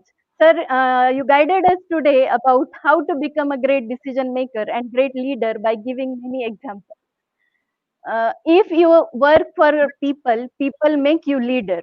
That is the key point today we learn. Now our Rylarians really come to know how to make decisions and prove them good future leaders. Thank you so much, sir. We are really blessed here that you are here in our e-Ryla session.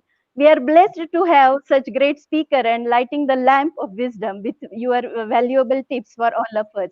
Sir, on behalf of Rotary District 3131 team and all participants of the day of one of e-Ryla team, I am here to express my gratitude and giving vote of thanks for your valuable guidance and sharing wisdom of light. I'm sure this will help us choose right path in our life and achievement of goal of our life. Thanks once again, sir, for your valuable presence and time. Thank you so much once again on behalf of District 3131. Thank you. Now over to Riddhi. Yeah. So now we'll be breaking off for some time, and then we'll start our next session, the part 2 of day 1. So we'll be breaking off for the. We'll be rejoining our session at 4 o'clock right now. So I hope all of you will be there. Thank you.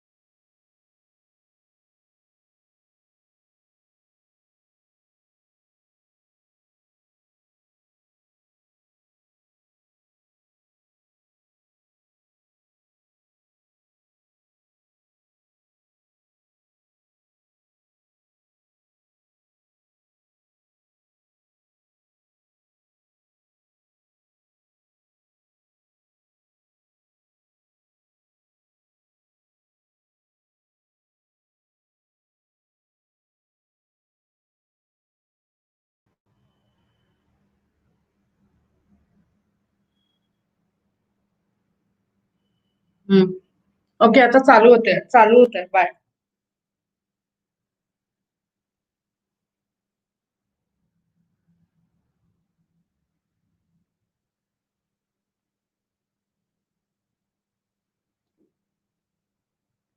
Shall we start with the next session?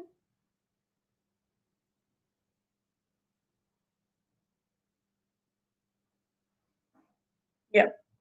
Uh, so what an amazing first half of the day it was. I hope all our participants are with us and excited to commence the part 2 of day 1 and see what it holds for us today. Let us now begin with a panel discussion held on the topic of Rotary for Youth. I would like to call upon Rotarian Manju, who will be the moderator and heading this panel. And just so we begin, let me introduce Manju to all of us. So, Rotarian Manju Fadke is a corporate trainer, motivational speaker, and a management consultant, and a founder and CEO of Skill Abroad Consultancy. She has a postgraduate degree in management. She has trained more than 10,000 corporates and students till now. Her clients include Tech Mahindra, KPIT, Reserve Bank of India, Bank of Maharashtra, PNG Jewelers, Cipla, Emcure Pharma, Infoway Technologies, Marks Fire, Will Weberry Pharma, Indira, MIT, VIM, Bharati Vidyapeeth, Divai Patil Mumbai. These are just to name a few. She has been a national level player in athletics, kabaddi, and lawn tennis, which won her a national level sports scholarship. She is also an avid trekker and a mountaineer. She loves to explore the world and has been more to 30 countries. She is also the first resident Indian to be certified by American Council on Exercise San Diego, USA. On the social front, she has been a part of Women's Safety Committee under the Commissioner of Police, Pune, and has served on the various social committees. She is a Rotarian for the last 17 years. She is a charter member and a past president of the Rotary Club of Deccan Gymkhana.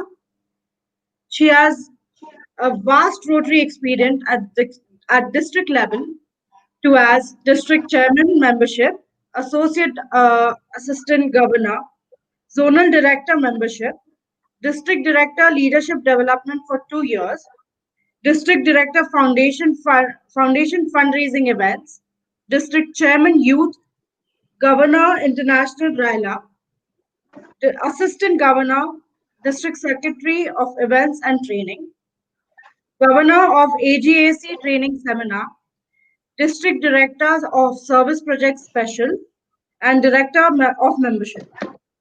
She has conceptualized and implemented various events, awards, and social service projects through Rotary. She has initiated the design for the first ever logo of District 3131. For this, she has received major awards at district levels such as Best President, Best AG, most impactful district officer with extraordinary performance, Rotary Mahaguru, and etc. She is a major donor level 1 of the Rotary Foundation USA. She is the recipient of the prestigious Avenues of Service Awards given by Rotary International. She has already traveled to more than 7 Rotary districts such as 3170, 3141, 3142, 3060, and 3054 to deliver a lecture, conduct training, or as a keynote speaker for various Rotary platforms. In Feb 2018, she was awarded the Ranaragini Puraskar by renowned social organization Utkarsha. Her family includes husband Vishwas, who is a businessman, and a daughter Isha, who has completed her MBA in marketing and MA in Kathak, and is a professional Kathak dancer. Isha is married to Ambar, who is an IT professional and a Visharad in Tabla. I would like to introduce Rotarian Manju Farke to you all, and I'm handing over to her for this panel discussion session. Over to you, Manju. Thank you, Riddhi, for that wonderful and detailed introduction. Can I request the technical team to get our panelists on? Yes.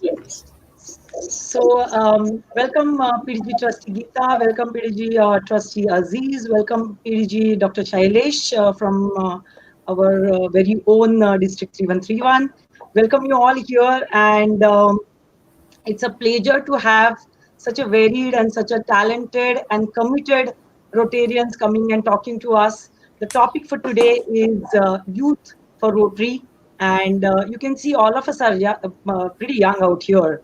So I'm sure we are all, well suited for this particular task at hand.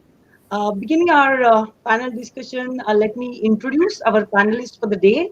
I begin with the lady, of course, which is PDG trustee of the Rotary Foundation, Geeta. So Geeta has been a member of Rotary Club of Mutanga since 1997. She currently serves Rotary International in the following positions. Mind well, ladies and gentlemen, she has a lot of to her credit. She's serving as a chair of the Health Major Gifts Initiative Committee 2019, chair, Joint Committee on Partnership 2019, member of the Major Gifts Initiative Oversight Committee, trustee, the Rotary Foundation, and her period for this assignment is from 2020 to 2023.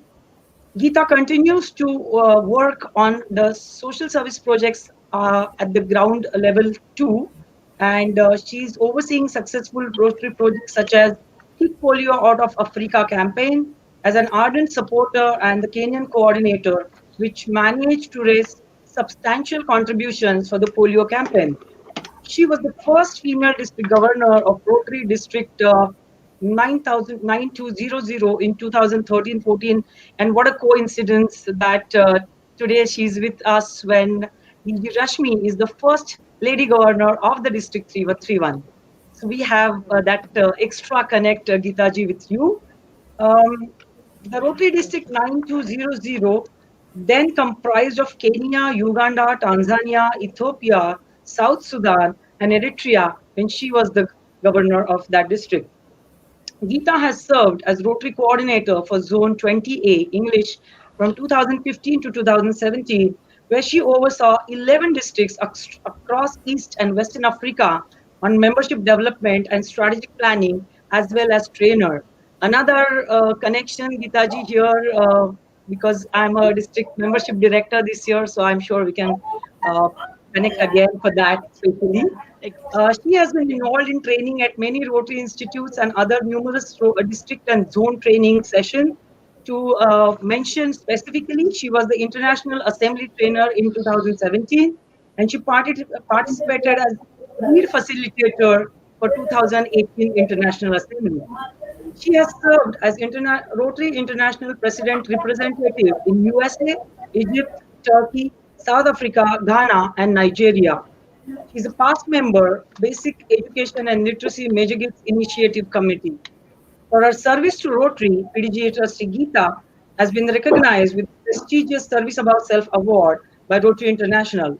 She was also awarded an honorary doctorate of humanities by the United Graduate College and Seminary International in recognition for her humanitarian work in Kenya in 2019. PDG trustee Geeta and Kaushik are also Rotary Foundation's major donors, benefactors, members of the Bequest Society, and Arch Clump Society members. So, welcome you, Geetaji. I will request you to give your opening remarks for 1 minute before I go on to introducing other panelists and welcoming them on board. Over to you, Geeta, for your 1 minute opening remarks. Thank you. Thank you very much, Manju and Dr. Sailesh and all the panelists. I'm happy to be with you all today. Actually, very humbled and honored. Um, I hope the conversation is going to go in the way that we all hope. The fact that we need to build our youth for the future, not the future for the youth. And those are the way I would like to work, build the youth for the future. Thank you very much. Thank you for those crisp and very deep thought in there. I move on to introducing another very renowned Rotarian here, uh, PDG trustee Aziz Bainan. Currently, he's serving as the trustee on the Rotary Foundation. He's also the member Rotary International Polio Plus Committee, chair Rotary International Polio Plus National Committee for Pakistan, member the Rotary Foundation Awards Review Committee, member Risk Advisory Committee, and member TRF Programs Committee. He's led Rotary's polio eradication efforts in Pakistan for the past several years, has worked closely with partners and stakeholders, including WHO, UNICEF, the expanded program on immunization, government officials, religious scholars, celebrities, and corporate executives from multinational companies and Rotarians from around the world. Recipient of President of Pakistan Pride of Performance Award, a recognition by USA Congressman Honorary Daniel Donovan Jr., Louis Pasteur Medal by Pasteur Institute France, Service Above Self Award by Rotary International, International Service Award for Polio Free World, Regional Service Award for Polio Free World, Distinguished Service Award, Rotary Foundation Citation for Meritorious Service. He's the chairman of the King's Group, a conglomerate of 5 companies, one of the leading textile and ready-made garment manufacturing and exporting groups in Pakistan. He's the chairman of board of directors of Karachi Garment City Company, a project of Government of Pakistan. Honorary Consul General of Republic of Suriname in Karachi, President of United Women Jamaat at Pakistan, and President of English-Speaking Union married to Professor Samina Aziz. She's a professor of anesthesiology at Aga Khan University Hospital.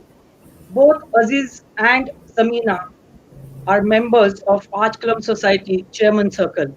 Welcome to you, sir. It's really an honor to meet you. And over to you for your 1-minute opening remarks. Thank you. My congratulations to District Governor Rashmi Kulkarni. I hope you can hear me, no? You can hear me? You're good. Yes. And for organizing this RYLA and inviting me, I can see my batchmate on the board of trustees, Geeta also. Geeta, how are you?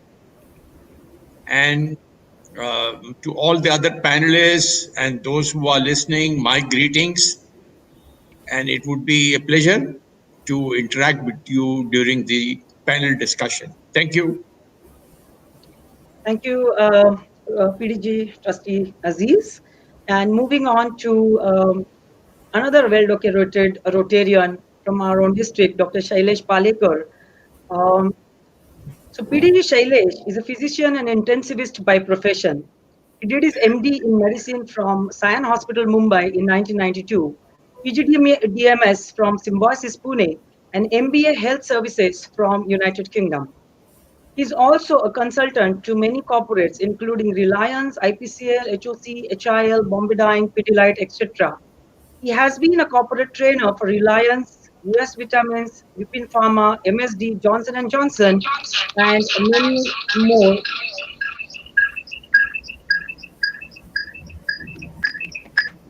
So if any of the panelists have other device on, can I request? Yeah. Okay. So he's also a faculty in medical conferences at national level and has published many research papers in international journals. Till that, 3 of his original papers have received first prizes in national conferences. He's also the founder of Indian Society of Critical Care Medicine in 1993.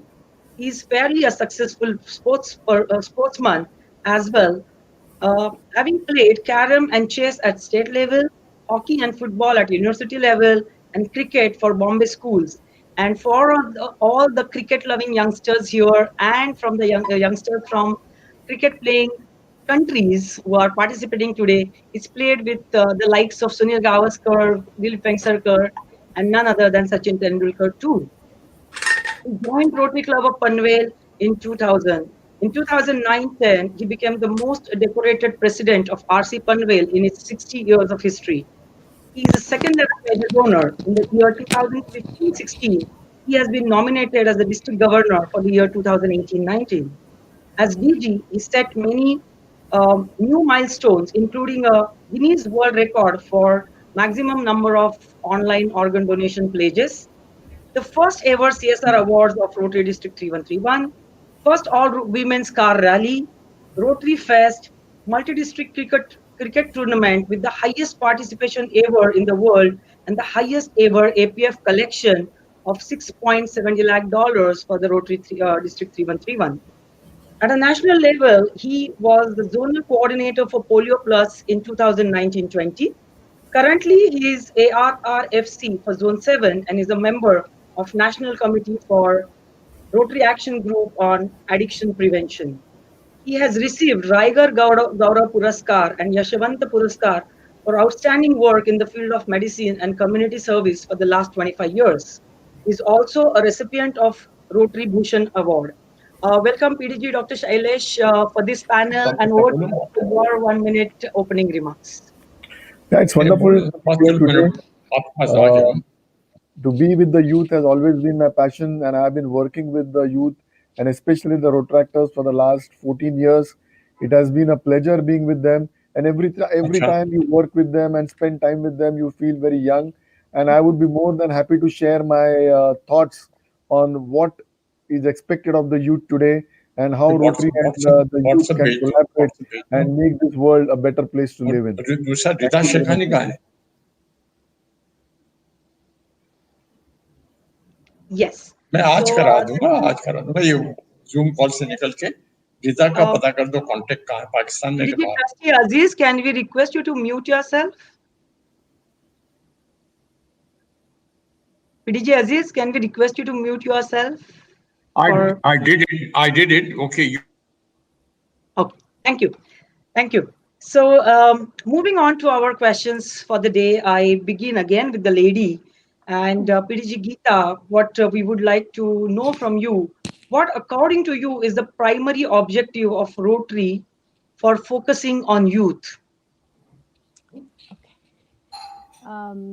We can say that Rotary is all about service, it's all about leadership. That's not my dog. Okay. In that, Rotary also believes in developing the next generation of leaders. We encourage them to adopt an attitude of, let's say, civic duty, responsibility for the community, and programs such as Interact, Rotaract, Rotary Leadership Institute, and such programs are aimed at targeting, they're aimed at fostering young leaders by building their leadership skills, their organizational skills, enhancing just life skills maybe, and at an early age, if they take on the responsibility, they are just more empowered. We can on top of the education that they receive, this would be a more holistic type of education. Of course, it's wise for any organization to focus on developing and strengthening their youth capacities. We always say youth is the future. I think youth is a present. But these leadership skills will build them to take over seamlessly from whoever they take over from. More relevantly, Rotary also wishes to share its vision, the purpose for development, progress for all citizens, especially in the absence of their elders or their predecessors. If Rotary has built those organizational and life skills in them, that empowerment does not die with the predecessors. It stays with the young because they've grown up working alongside their elders. And so Rotary is no exception. This is what we do in life. And from as early as, I believe, 1968, Rotary saw value in investing in the youth. And as you know, we have so many Rotaractors and Rotaract clubs around the world, although I still think they're not enough. But Rotary feels very strongly about the youth. And like I said earlier, it is for us to build the youth for the future, not the future for the youth. Thank you.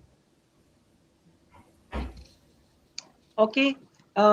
Thank you, PDG Geeta. That means we have a tall order to really, accomplish. And but of course, whenever we have a vision, we also have a path to achieve those goals. And Rotary has got almost 5 structured programs in the youth avenue. And my next question is to PDG Dr. Shailesh as to what are these structured programs by Rotary International that have been focusing on youth. So we welcome DG Rashmi Kulkarni on the panel for Hi. the panel discussion. Welcome, Hi, hi. DG. Good Hello. afternoon. Welcome everyone. Yeah, Geeta, Aziz, welcome to this District 3131. Yeah, Happy please to be carry with you. Yes.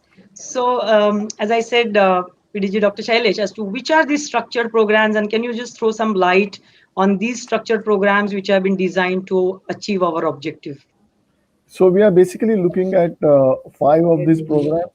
The first one is Rotrack, the second one is Interact, the third one is RYLA, the fourth one is RYE, and the fifth one is NGSC.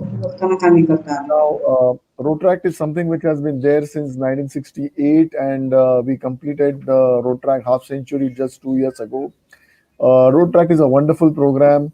Road Track has been going through a lot of changes. Initially, we spoke about Road Track between the age groups of 18 to 30, but now there has been no limit. This has been extended now, and you can be in Road Track up to whatever age. At the same time, from 1st of July 2022, Rotrack would be a complete part of Rotary, and there would be a fee structure which also will be levied on Rotrack, which would be $5 for community-based and $8 for the institutional-based students. But Rotrack is a wonderful program which has been running successfully and has been focused on very much by Rotary International. We look at the Rotractors as not youngsters anymore, but mature individuals who are capable of taking decisions. They are leaders in their own right, and they're absolutely successful in their professional careers. There is a fantastic symbiotic relationship in our district that we see between Rotract and Rotary, and we have a wonderful time together, and we celebrate together and work together. As far as Interact is concerned, between 12 to 18 years is what we have in the Interact group. It is very, very essential that Rotary nurtures both the Rotractors as well as Interactors. It is very essential that the Rotarians give time to Interactors, visit the schools more often.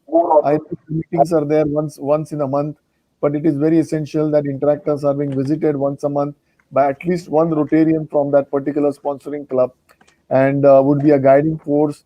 It is very essential that we sensitize these young interactors at a very young age to do social service and make them committed to work for the society. So I think that is very, very critical as far as interactors are concerned. RYLA is something which has been closest to me. I have done RYLA for more than 15,000 students so far, and it is because I've been doing RYLA for 15,000 students. RYLA has helped me become a corporate trainer, and that is how I started on these leadership training programs, uh, time management programs, communication skills programs, and conflict management programs, and how to be a great citizen. I mean, these are some of the RYLA topics that are being taken, how to make your career, so on and so forth.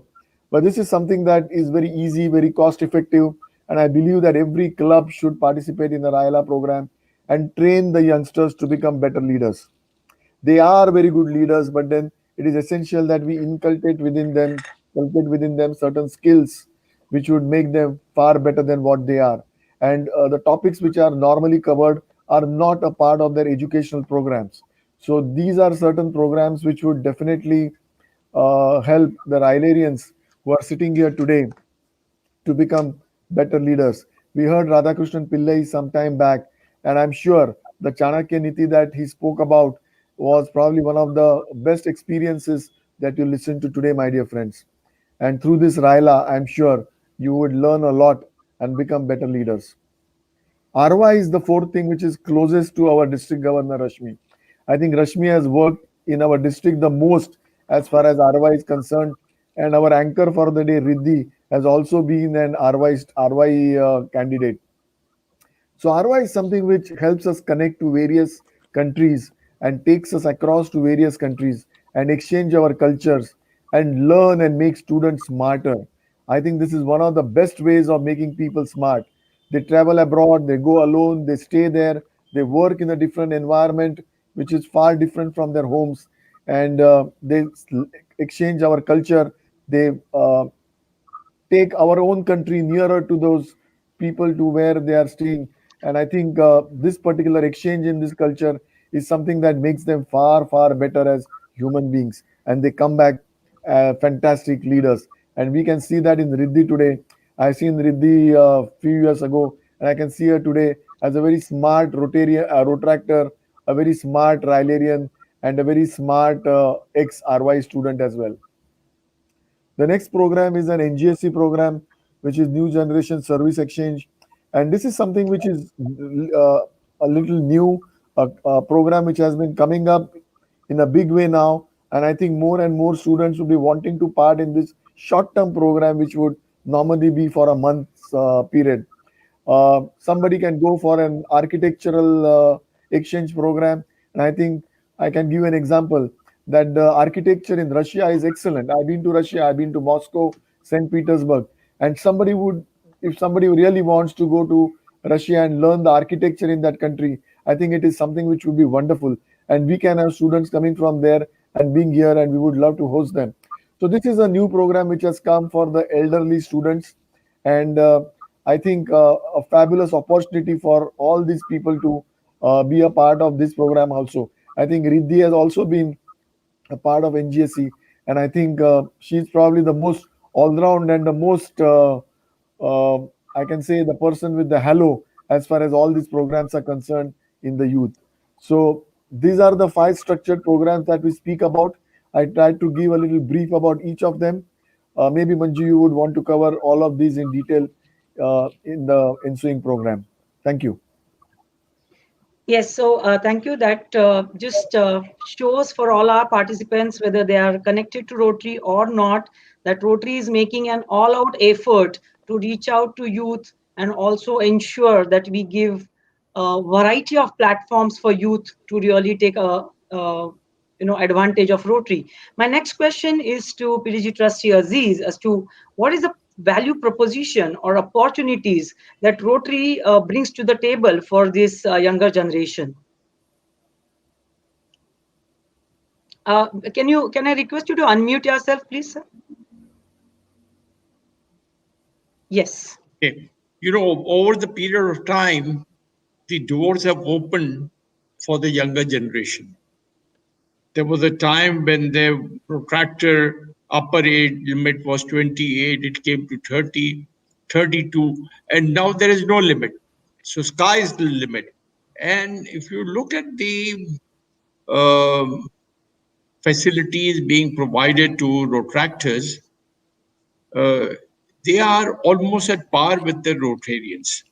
Now, a Rotary club can induct a Rotractor and make him or her a, a Rotarian without having him or her discontinue uh, on being a Rotractor. So they can do both things.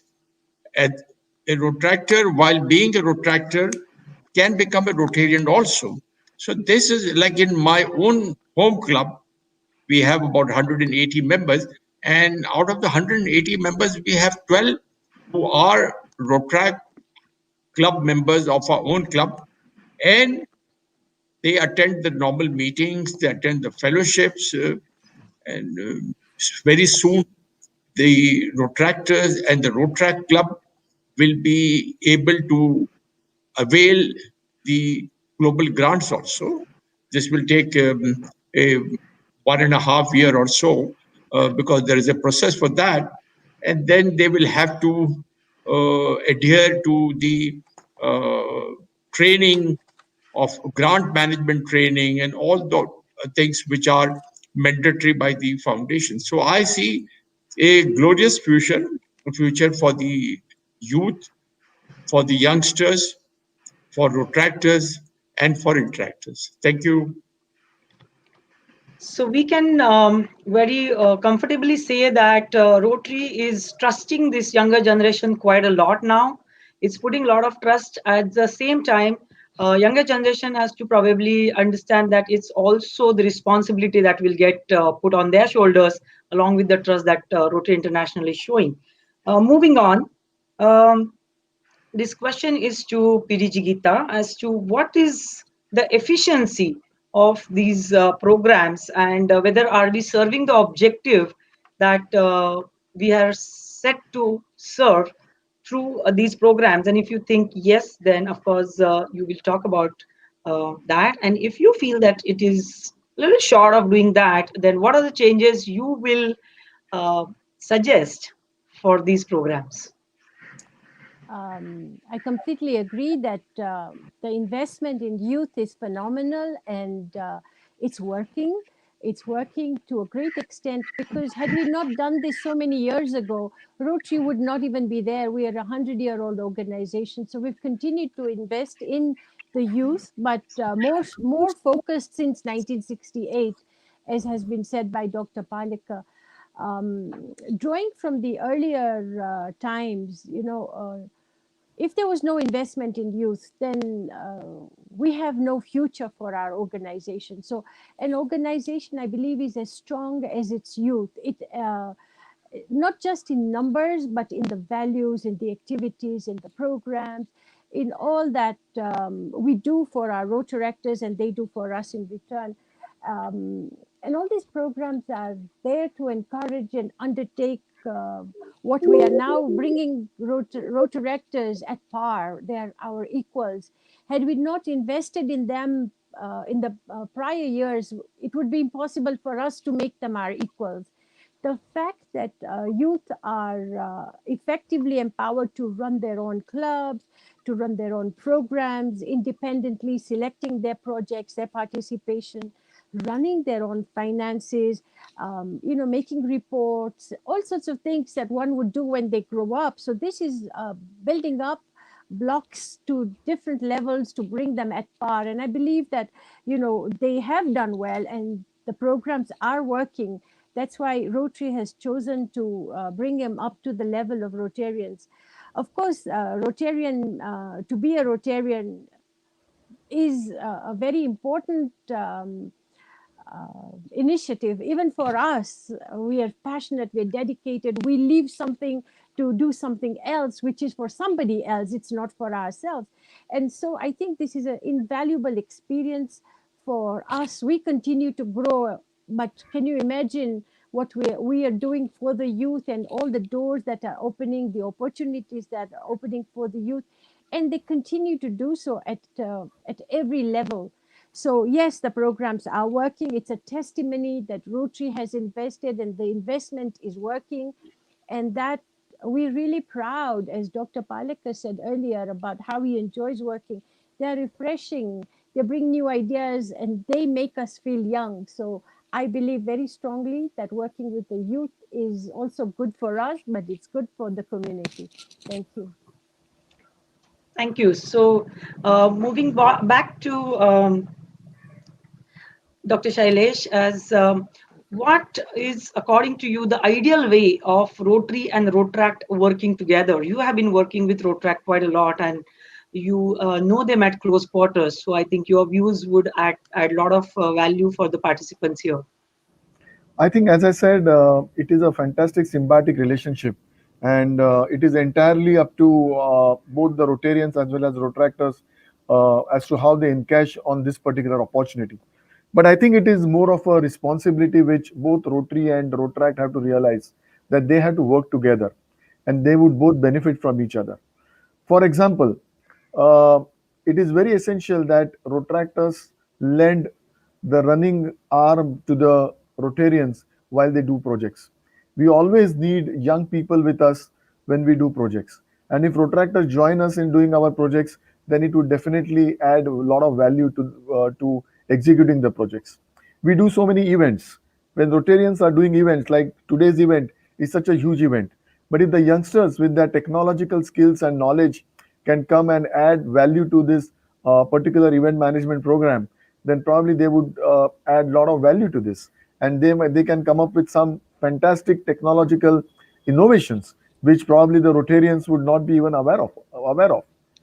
Um, it is very essential. I always believe that uh, Rotarians can become perfect mentors to the Rotractors.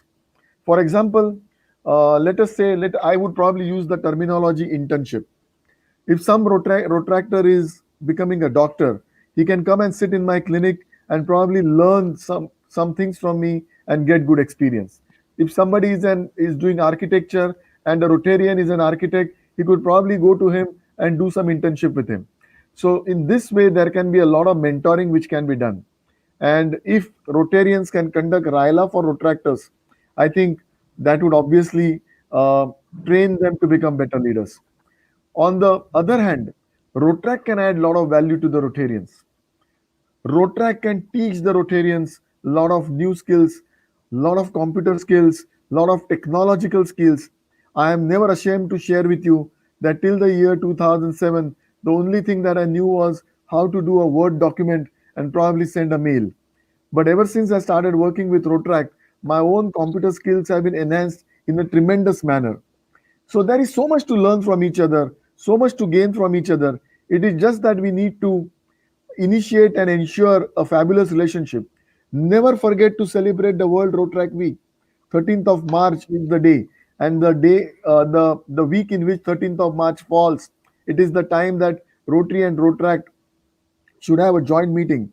But my recommendation is don't just celebrate the World Road Track Week, but invite some of your Rotractors to your regular club meetings as well. And what is very critical is like what Trustee Aziz said, it is very essential that we give them the right concepts, the right ideas, the right culture so that they become our future Rotarians. Friends, Geeta ji, the only thing that I want to add to what you spoke about and the drawback that I always feel is in India, at least we see this, is that Rotractors are very, very active here.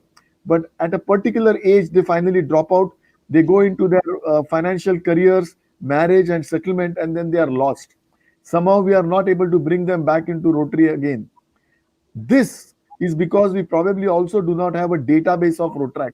Rotary International does not have the database of Rotrac. That's right. If we have this, then probably we can call our Rotractors back into the Rotary fold.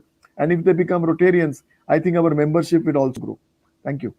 You're right. I agree. Okay. Thank you.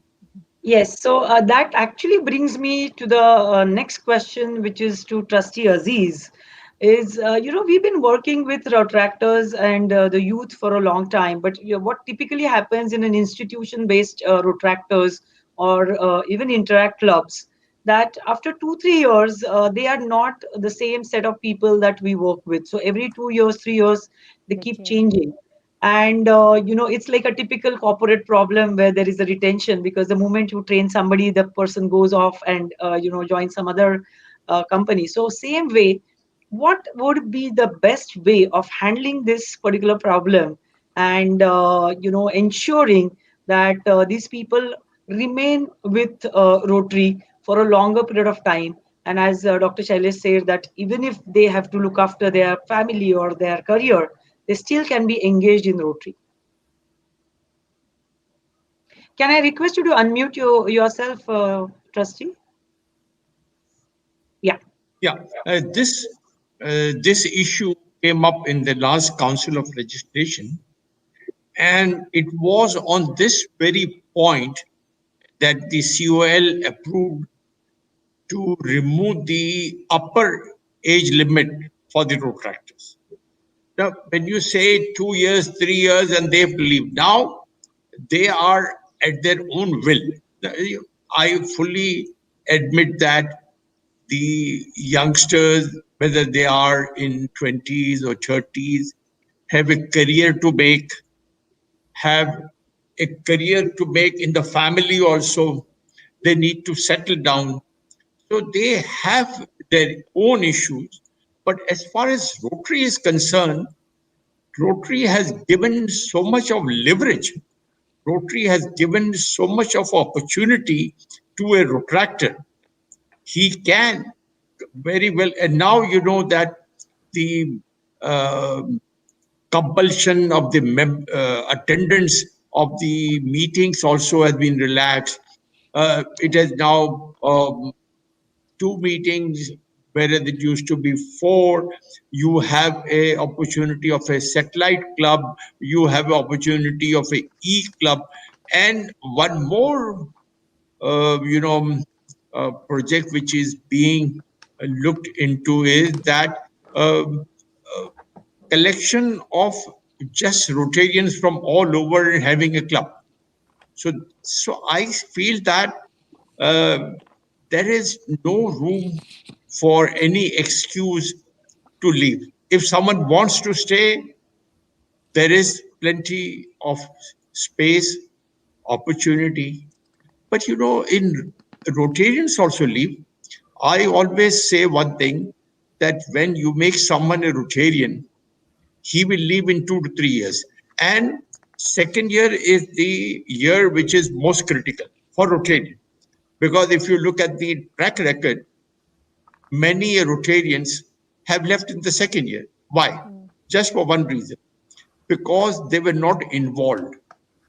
Once you involve a Rotarian, once you involve a Rotractor, they will stay with you. They have to, if a Rotractor attends a RYLA, if a Rotractor attends a convention, now look at the relaxation you have for attending the convention. So, if he attends a RYLA, if he attends a convention, if he attends a zonal institute, then his eyes open up that what an opportunity I have. So I feel that all the prerequisites for a retractor to stay back have been established, and it is up to him now or her to continue. Thank you. Okay. Yes. So, uh, Pirich Geeta, what is that one message that you would like to give to Rotarians while they are working with youth? And this I'm specifically asking from the point of view of a generation gap. And, how do we handle a different way of looking at things than what they have? How do we Uh, handle this? yeah, I would like to encourage Rotarians to mentor youth, and mentor in the way very ably put by Dr. Faleka. Uh, they have to be involved with your work, involved in whatever mentoring that you're doing. Say you're doing your dentist, that person needs to be in your office if that young person is interested in that career, or the architect, or whichever career. That mentorship should be from the time that young person wakes up till the time he goes to sleep for that chosen period. Because if he shadows the mentor, that mentee will see the way he's organizing his time, his diary, the way he's reacting to people, the way he's connecting with other people. So mentoring means giving quality time by attending their events also. We can't just expect them to come to our meetings just because we're old and we are more supposed to be more respected and all that. We have to reach out to them. Rotarians must be taking time and effort to help them with their activities, and not just by money and handouts, but by helpful tips, by avoiding pitfalls, in a way that Rotarians end up empowering the youth rather than fostering any sort of dependency syndrome. We have to create those opportunities and have them shadow us or follow us for a while till they learn and they move on. Times are difficult, as we are all experiencing in these new emergent issues. But this does not stop Rotarians and Rotaractors and Interactors from carrying out activities. We've done a lot. What we've done in our communities in the past 3 months, we probably have not done in 3 years, because we all wanted to reach out. And youth were very much part of this. Rotarians were, preparing spreadsheets. They were telling us how we should organize ourselves in the office and then go out into the world and, serve the communities. Rotarians have a lot to learn from the youth. And in my opinion, it would be a win-win situation if we work amicably together rather than, I'm older, so, I know it all. There's no such thing. In March this year, our district formed a team for responding to the COVID, as I said earlier. Rotarians had all the ideas about how we were going to get it done. And of course, all the ideas were very conventional. With the new norm and not being able to go out into the community as much as we would have liked to, the food hampers, the hygiene, and all that, the road directors came up with great enthusiasm, came up with fresh new ideas. Their skills and managing the data, we would have not managed on our own. We would have continued and probably exposed ourselves to the virus. But with their organizational skills, we learned a lot from them. So that is a practical example of how, on an ordinary day, we need to work with the young people. Uh, Again, it's very important for Rotarians to make sure that we mentor them in a way that is infusing more empowerment in them, more enthusiasm in them, leave them on their own. To be critics is very easy, but to empower them, to learn from them is a little bit harder. And I think Rotarians need to give a little bit more of themselves to the young people. Rotarians also need to remember that there is so much power, there is so much energy and enthusiasm in the youth. They really look at the world with a fresh set of eyes. They have this new determination that we would probably have got tired of. So, if we give them a chance, we're really creating that change that we need to create for ourselves, but it's hard for us to let go. Whereas the young people will come in, they have no sentimental value for that particular initiative that we're running. They would want to get rid of old traditions and conventions which we will hold on to. And so I think that they are good for us. Let us have them drive us forward. Also, from where we sit, it's a privilege of having a bird's eye view of what the youth are doing internationally. And from this vantage point, I definitely encourage all Rotarians to adopt and embrace all social media channels if we want to communicate with the young people in their way. Um, the train has left the station. As far as the young people are concerned, it's us who have to run behind the train now. But it is very important and very relevant, especially in the rural clubs in parts of Africa where I come from. So yes, I think it's very important. Rotarians just have to reach out a little bit more than they're already doing to embrace the works of the young people. Thank you. Yes, so I think we Rotarians have to walk two steps, and the Rotractors have to walk those two steps also, and They're then come running. together. They're Yes, running. We need to keep up with them. towards each other is what I meant. Um, we're moving to the closure of this session, and I would like to ask Trustee Aziz to sum up the recent changes in the Rotract policies. We already spoken about two, three, but if you can just sum them up in one place, that will be nice. As far as Rotary is concerned now, Rotractors are not somebody who are dependent. To have a Rotary club also chartered, you do not need the blessing of a Rotary club. They can go ahead and charter also. Now, as I mentioned, that you'll be getting, Rotractors will be getting the global grants. Now, if you look at one thing, that Rotary Foundation has always agreed that there are 6 areas of focus and that will be it. They never wanted to make a change to it.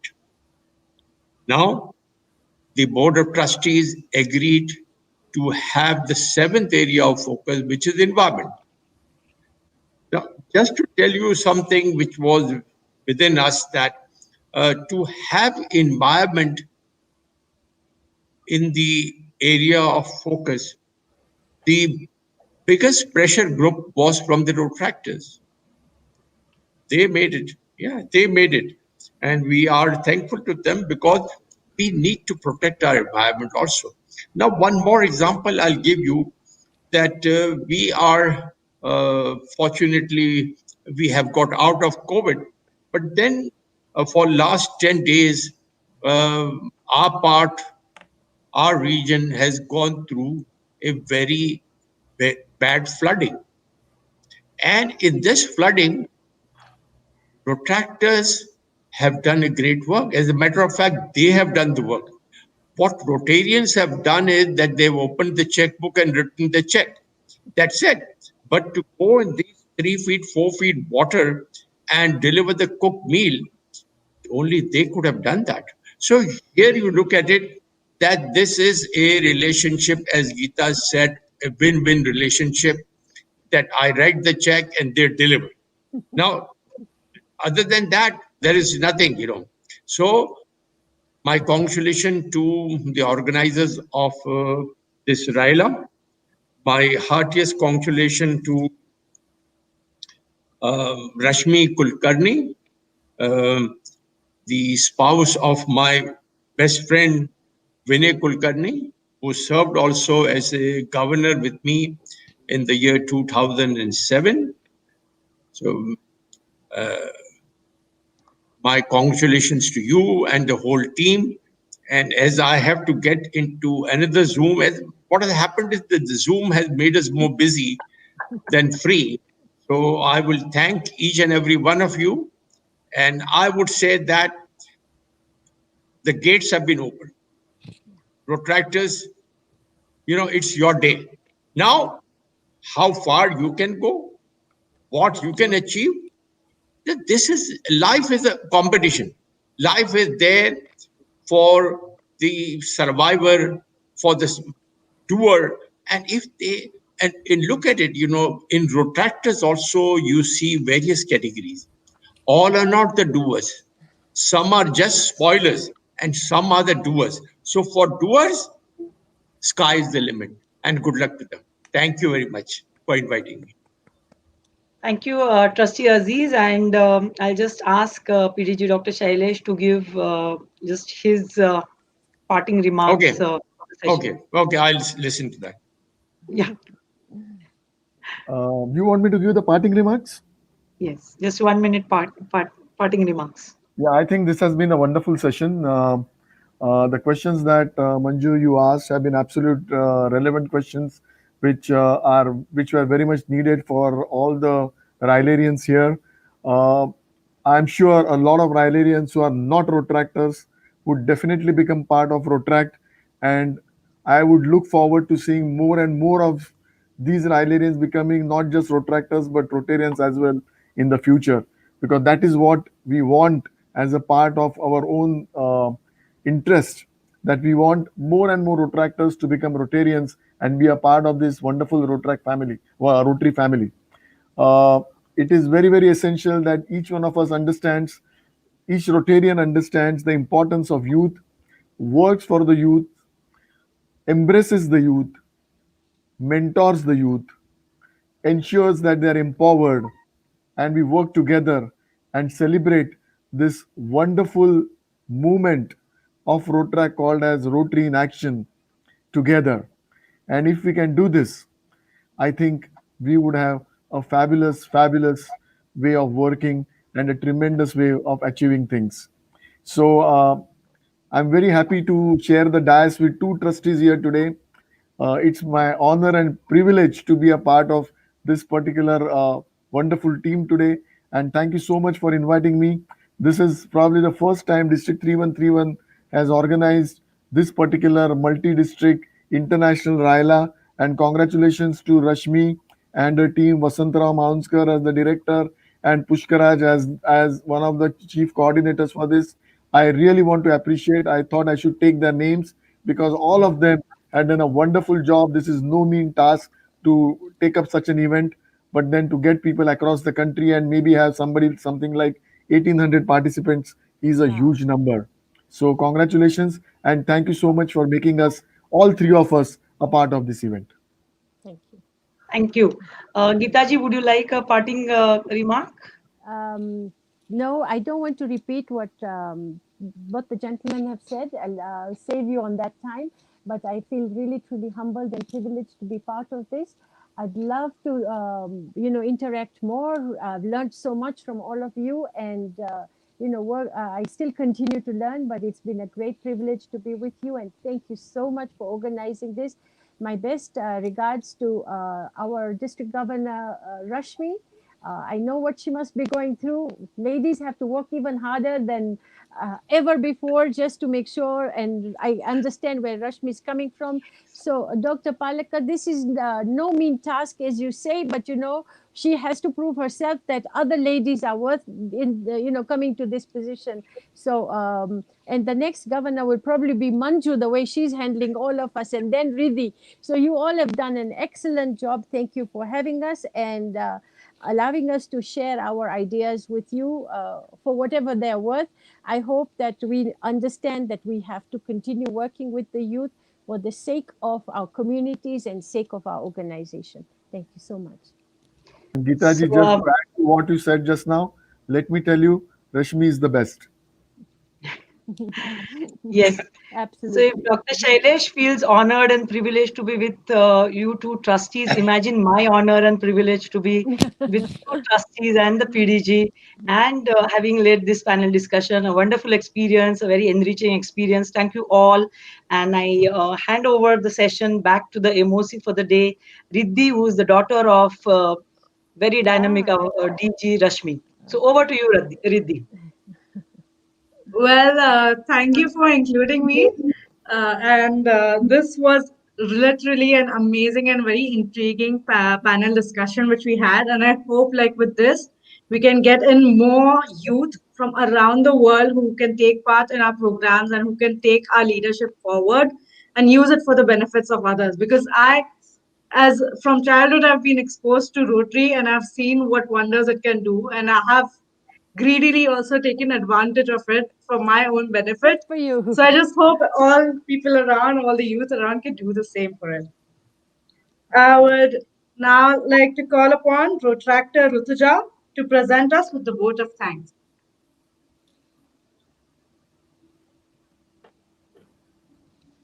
Rutuja, Ro- just uh, unmute yourself.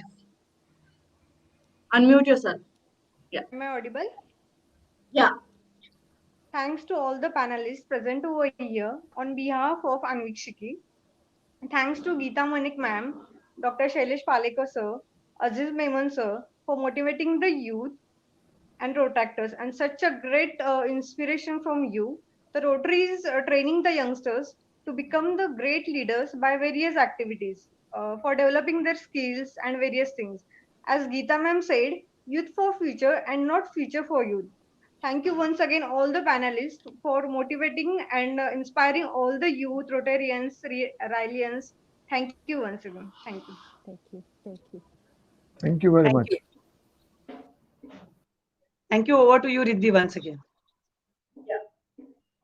So now we are having once again a 5 minute break.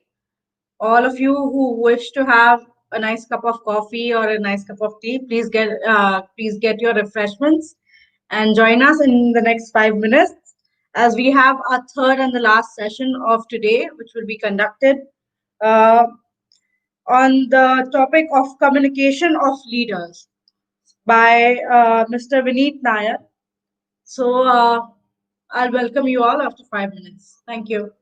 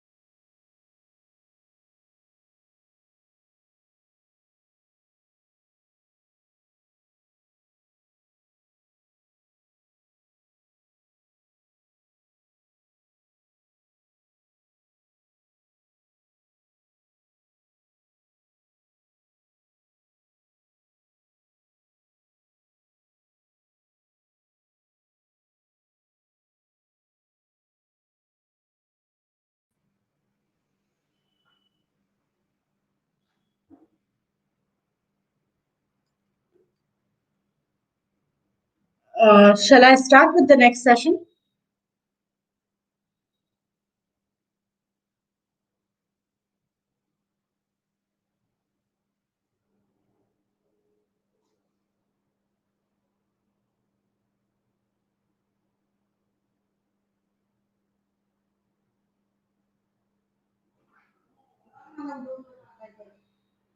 तो बघते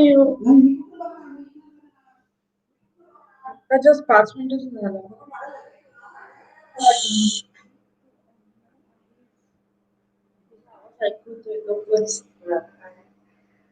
Can I start the show now?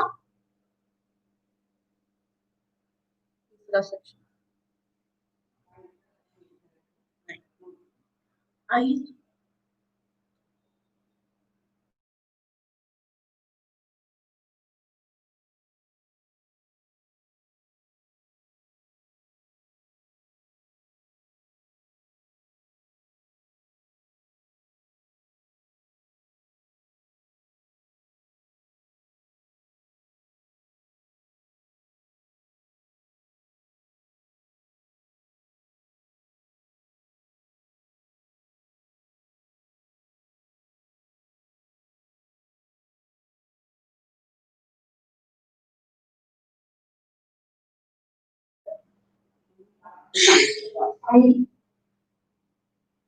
so now all, let's begin with the part 3 of day 1 seminar as I call upon Rotarian Vijay Kolle to introduce our next guest speaker, Mr. Vineet Nair, for the topic of communication of leaders. Over to you, Vijay.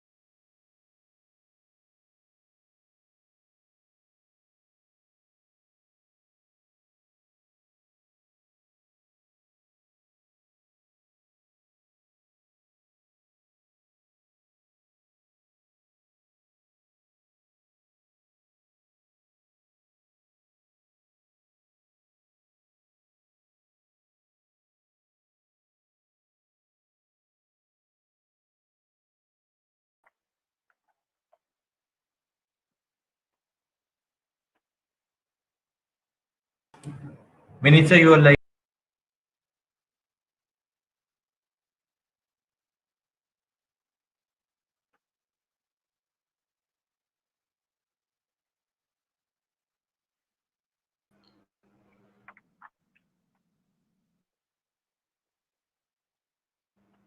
You may start, Vineet sir.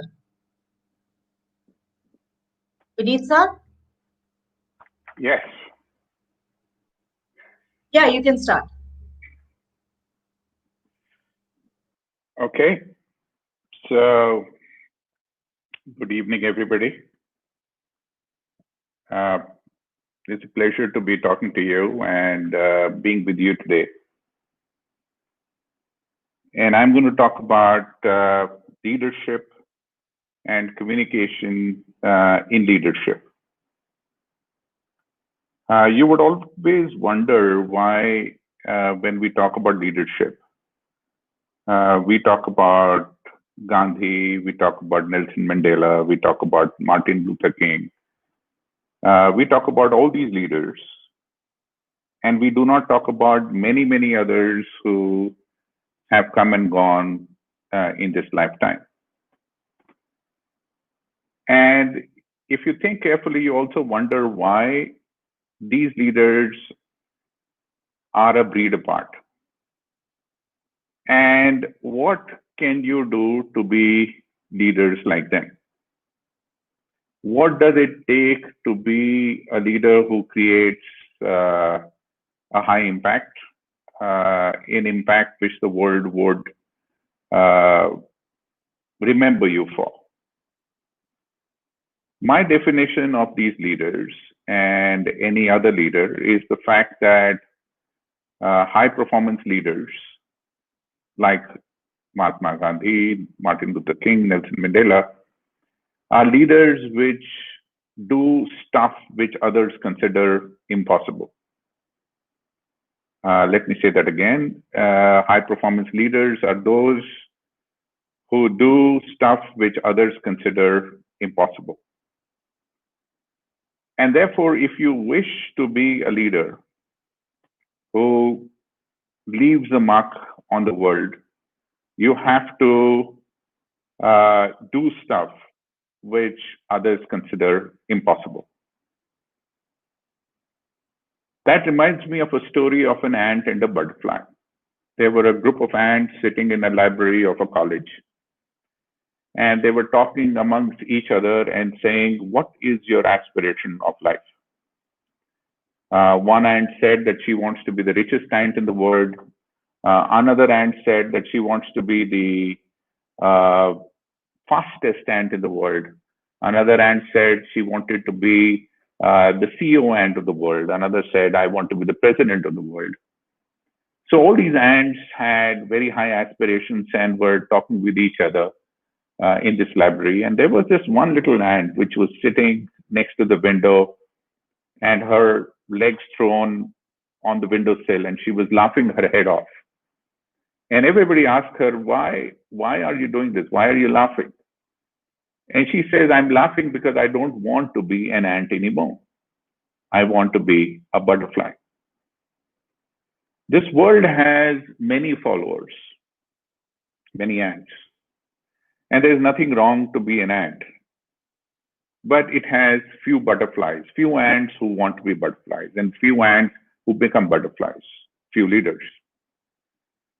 Therefore, it is very important for all of us to understand that the first step and the first journey from being an ant to a butterfly starts with a decision not to be an ant anymore.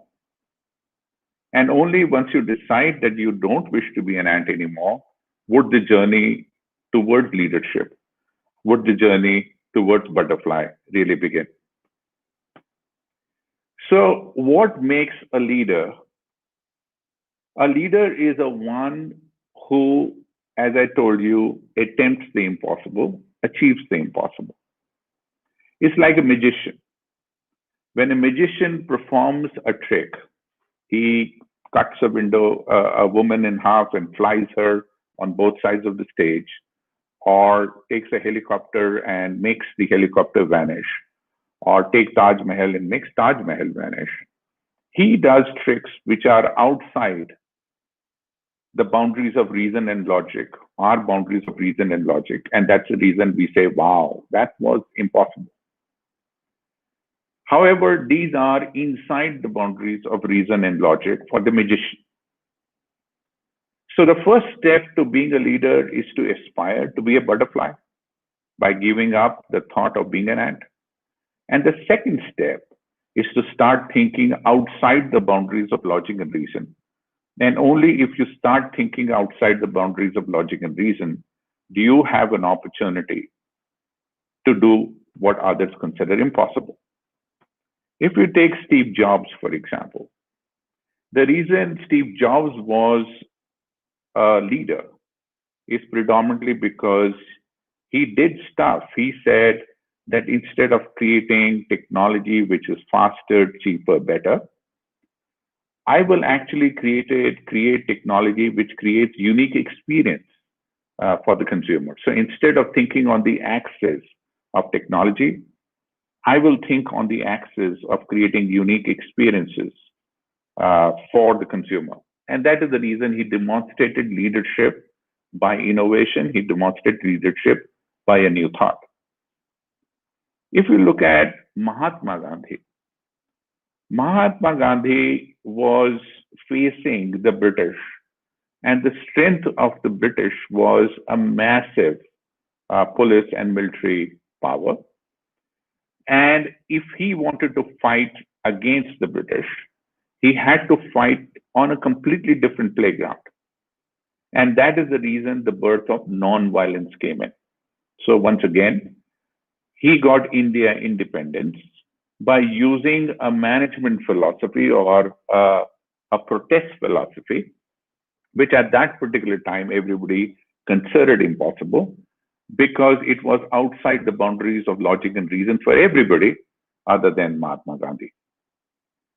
Even if you take MS Dhoni in India, MS Dhoni came to fame because he attempted the impossible, whether you take the helicopter shot, or you take being cool, or you take the way he used to chase wins, even at the last minute, he would never give up. He brought a brand of cricket to Indian cricket, or even to the world cricket, which everybody else thought was impossible, till he showed them it was possible, and then everybody followed. So all these three examples of leadership are examples of ants becoming butterfly based on their ideas. And therefore, even if you are thinking in your life to move away from being an ant to being a butterfly, you have to give up the security and the safety of being on a platform which is very safe to attempt something which is impossible. Now, while this is good at an individual level, one of the issues with leadership was born in the way technology is progressing. In the early era, in the 30s, industrial age came in. When the industrial age came in, people started organizing other people, and the word manager was born. Manager is a word about managing to put people together so that collectively they produce 10 instead of 1.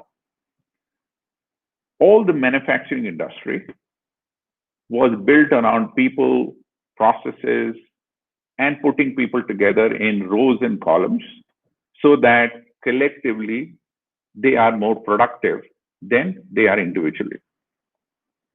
However, over the last decade or maybe 2 decades, the rules of industrial age are no more relevant. We are in the digital age. Digital age is known for ideas in innovation. As you know, the most valued companies today, whether it is Facebook or Apple or Google or even Tesla, they did not exist 2 decades ago. They are new gen companies purely built on innovation.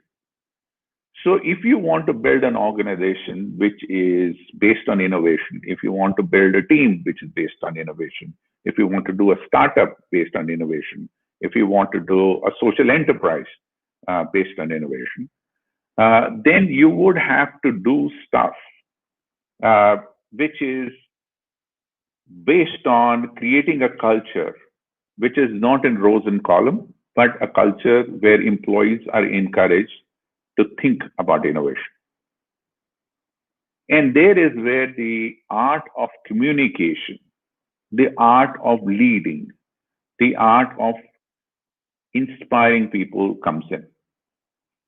So when we talk about, I want to be a leader, we talk about the ability to be able to give up being an ant, the ability to be able to chase impossible dreams, but also the ability to communicate to others so that they also feel exactly the way you feel, so that collectively you can achieve the collective dream of the impossible. Collectively, you can all attempt the impossible.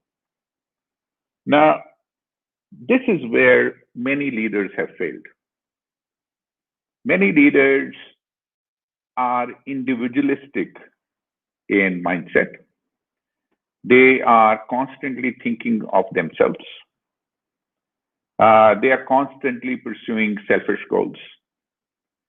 And they believe that they would be able to get over and use people to get to their goals. In 2010, I had written a book called Employees First, Customers Second.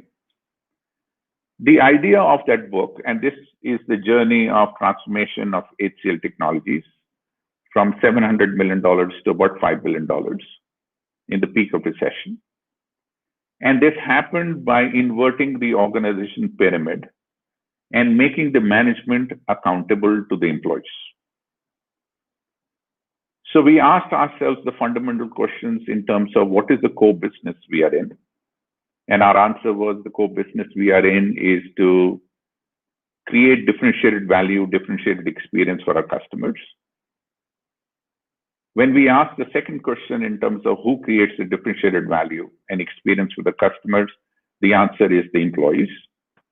And hence, the third question is if employees are the differentiators or creating these unique experiences for the customer, then what should the role of managers and management be? And the answer to that question was, it can be nothing but enthusing, encouraging, enabling the employees. And thus was born the idea called Employees First, Customers Second, which is a bestseller book of Harvard Business Press today. When I quit HCL in 2013 and started Sampark Foundation, we were asked the same question. We have 14, 15 crore children in the Indian government schools. 56 to 60% of them in grade 5 cannot read grade 2 text or solve simple math grade 2 problems. The youth advantage which India has, and a lot of you are young, is fast becoming its biggest challenge unless we fix the education issue. Now, how do you fix, how do you lead, how do you demonstrate leadership? By fixing a problem which is so large in this country, which very few people are interested in solving, but if not solved, it will harm the country in a very big way. So we formed Sampark Foundation, and we said we will demonstrate leadership by inspiring teachers in the interface of the child and the teacher in the classroom, by giving her innovative ideas, innovative tools, training her, giving her technology, and giving her all the capability in a very frugal way so that she can transform, which is change the form of her classroom. We started working in 2013, and by the time we reached 2020, we have transformed the lives of 1 crore children in 90,000 schools across 6 states. Then came Corona. In Corona, most of the private school children have access to technology and are on Zoom calls or WebEx calls and are in touch with the teacher, whereas our 1 crore children without the capability of technology are outside school. And therefore, the same challenge, leadership challenge, came in as to how do we inspire our teachers to go and do mohalla classrooms, use loudspeakers to teach children, use messaging and WhatsApp to be able to reach video content to the children. And how do we inspire teachers and how do we inspire children so that the learning journey continues despite Corona? And we've been fairly successful at Sampark Foundation to do that. The two examples very clearly states that if you wish to achieve something which is as large as an HCL transformation, HCL had 1 lakh employees, or as large as an education transformation for 1 crore children, which Sampark Foundation is doing, you have to learn the art of communicating. If you do not learn the art of communicating, you would not be able to inspire many people who want to be butterflies.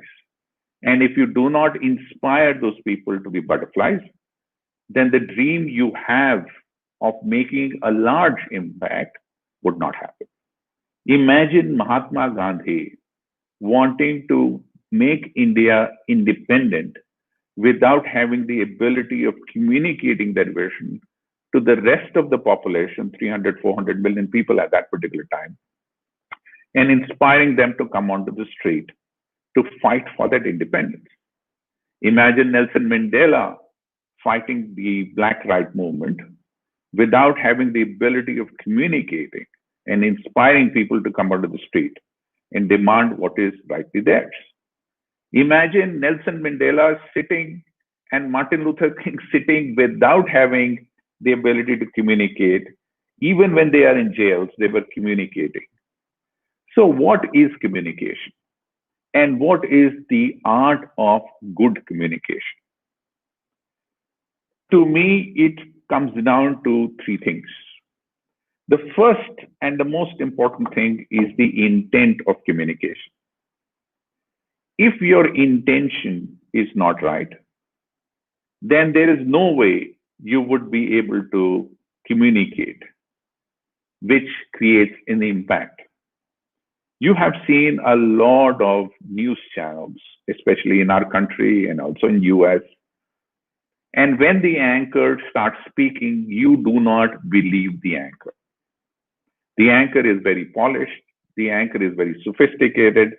The anchor uses some great words, but at the same time, you do not believe the anchor, predominantly because the anchor does not demonstrate the right intent. There is a very interesting story, which is an African story, which is very interesting. In Africa, they did a study of a tribe, and the tribe had a practice of when a child is, when a baby is in the mother's womb, the mother writes a song for the child. And she sings that song for the child while the child is in the womb. When the child is born, the whole community comes together and sings that song for the child. And then when the child is still few months, few years old, and the mother goes to the field to work, the child starts crying, and the mother feels that the child is crying, even if she is miles away. And all of us know this, that the mother has an intuition to be able to recognize when the child is in distress. And, you know, all of you would have personally experienced it. But that was very easy. However, the response in that tribe is when the mother feels that the child is crying, feels, not knows, she starts singing that song to the child miles away. And the child listens to that song miles away and suddenly quietens down. And they have done this many times to be able to reach this very conclusion. This is the power of intention. That unless your intention is genuine as the mother, people will discover you for what you are. And if your intention is genuine, then you don't even need a megaphone. You don't need a platform. and people will recognize you despite the fact that you have not even said a single word. And in India, Anna Hazare was, in my mind, the latest, mass leader we saw whose intention was right. Whether he had a sophisticated vocabulary or not, but his intention to root out corruption in this country was very genuine. And the reason people aligned with Anna Hazare movement was because of the intention of Anna Hazare rather than his vocabulary or his speech. So therefore, if you wish to be a high performance leader and you wish to communicate well, you have to first be honest, genuine about your intention. The second is that it is very important for you to invert the communication. What do I mean by inverting the communication? There are so many leaders you would see when they communicate, it is all about them. Me, I have done this, I have achieved this, I am the richest, I am the fastest. It is all about me. Leadership is not about you. Leadership is about the people you're leading. So if you are a leader, you have to invert the conversation and keep yourself behind and keep your people ahead of you. So therefore, you're always constantly talking about people. And you genuinely mean it. That is what employees first, customer second was. That is what teachers first in Sapak Foundation is all about. It is about keeping your people ahead of yourself. And if you keep your people ahead of yourself, I would call that an inverted communication. And that is the only reason people will follow you. And the last and the most important thing is that you need to inspire people. Why are you listening to me today? Some of you who are listening to me today will feel inspired. If you feel inspired, then my objective of this conversation is met. I'm not here because I wish to win a lottery or a medal or a thanks or anything. I'm purely here because I was told that there is a group of young people who want to listen to what they can do to be good leaders and learn how to communicate. So I got attracted to the idea that maybe I can inspire some of you, not just to learn the art of communication, but also learn the art of leadership and be leader. India is a country which has set a very, very large number of problems. And the citizens of India are still dealing with issues of economic independence. So a lot of people are working hard to be economically independent. And therefore, we have less time for each other. We have a lot of time for ourselves. And there's nothing wrong with it. From amongst this group, it is important for us to have some breakaway butterflies to come out, for whom social good, for whom others are more important. When I quit HCL in 2013 as vice chairman and CEO, many people ask me, Vineet, why are you giving a very lucrative job, a very paying job, a job which has high amount of recognition, private jets and lunches and dinners and expensive restaurants, to flying in Indigo in the middle seat? Why are you doing this? And I said to them that I'm doing this largely because I feel inspired by few people like Bill Gates who have given up what they were doing in the past and said that we should spend the rest of our life to try and make the world a better place for more people than us. And that is what inspiring leadership is all about. So the third element of a good communication, after your intention is right, after you invert and make people the primary source of your communication, is to learn how to inspire people to climb Mount Everest every day. How do you inspire people to be butterflies, their own butterflies in life, and not be ants and work for you? How do you inspire people to fly away rather than fly towards you? How do you inspire people to do the best, which is good for them and not for you? And only once you do all this, would you be able to be a leader who communicates well and is an inspiring leader.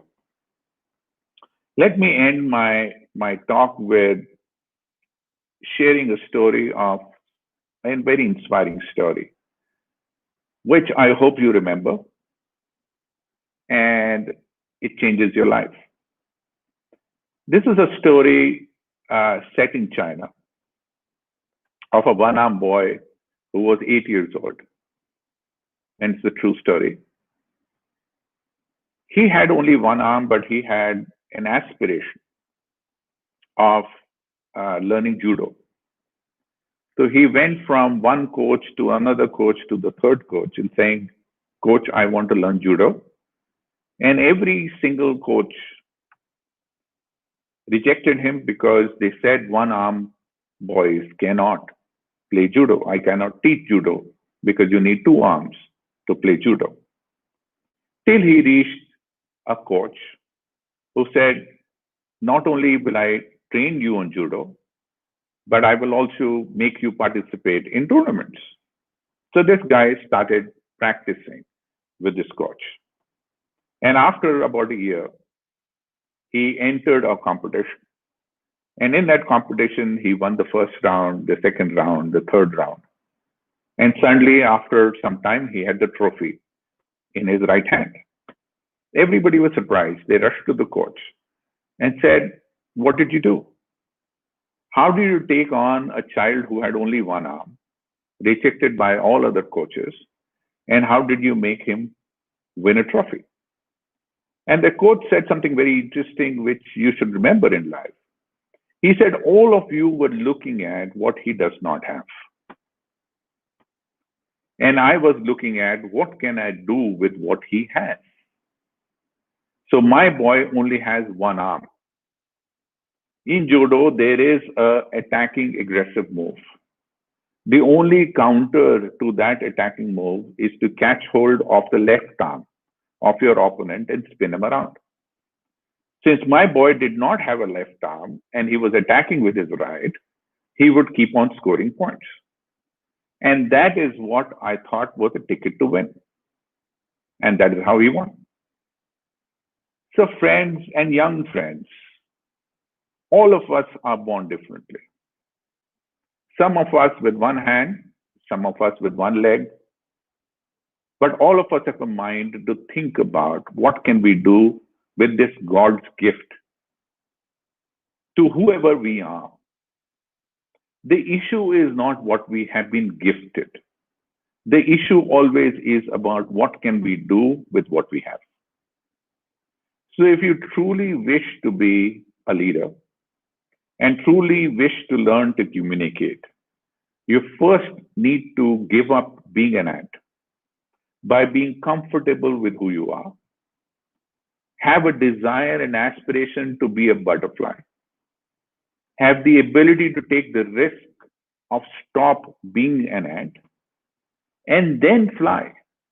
And maybe you will fail, but it is better to fail attempting to be a butterfly rather than spend the rest of your life being an ant. And once you understand that, and if you can inspire 100 other people, you would be a leader and you would have communicated well. Thank you so much. Happy to take questions if there are any.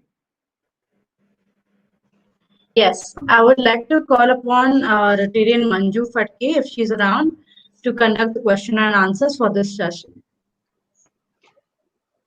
Yes, Ms. Vinay, that was one of the best speeches on leadership and communication I've heard, and I simply loved your point of having the right intention, because ultimately we people will see through you, and I so agree with that. My question, till we receive the other questions from the attendees and participants, it would be to ask you as to how do we really read into these kind of intentions early on before it's too late? I think there is enough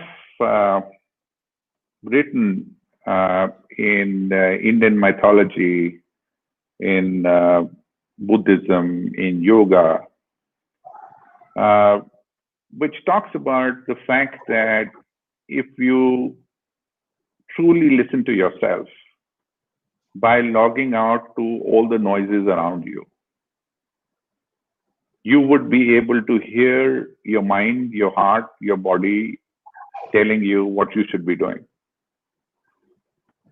We spend a lot of time living the life which others want us to live. So we spend a lot of time taking decisions based on external stimuli. The first step for you is to look at internally and understand yourself.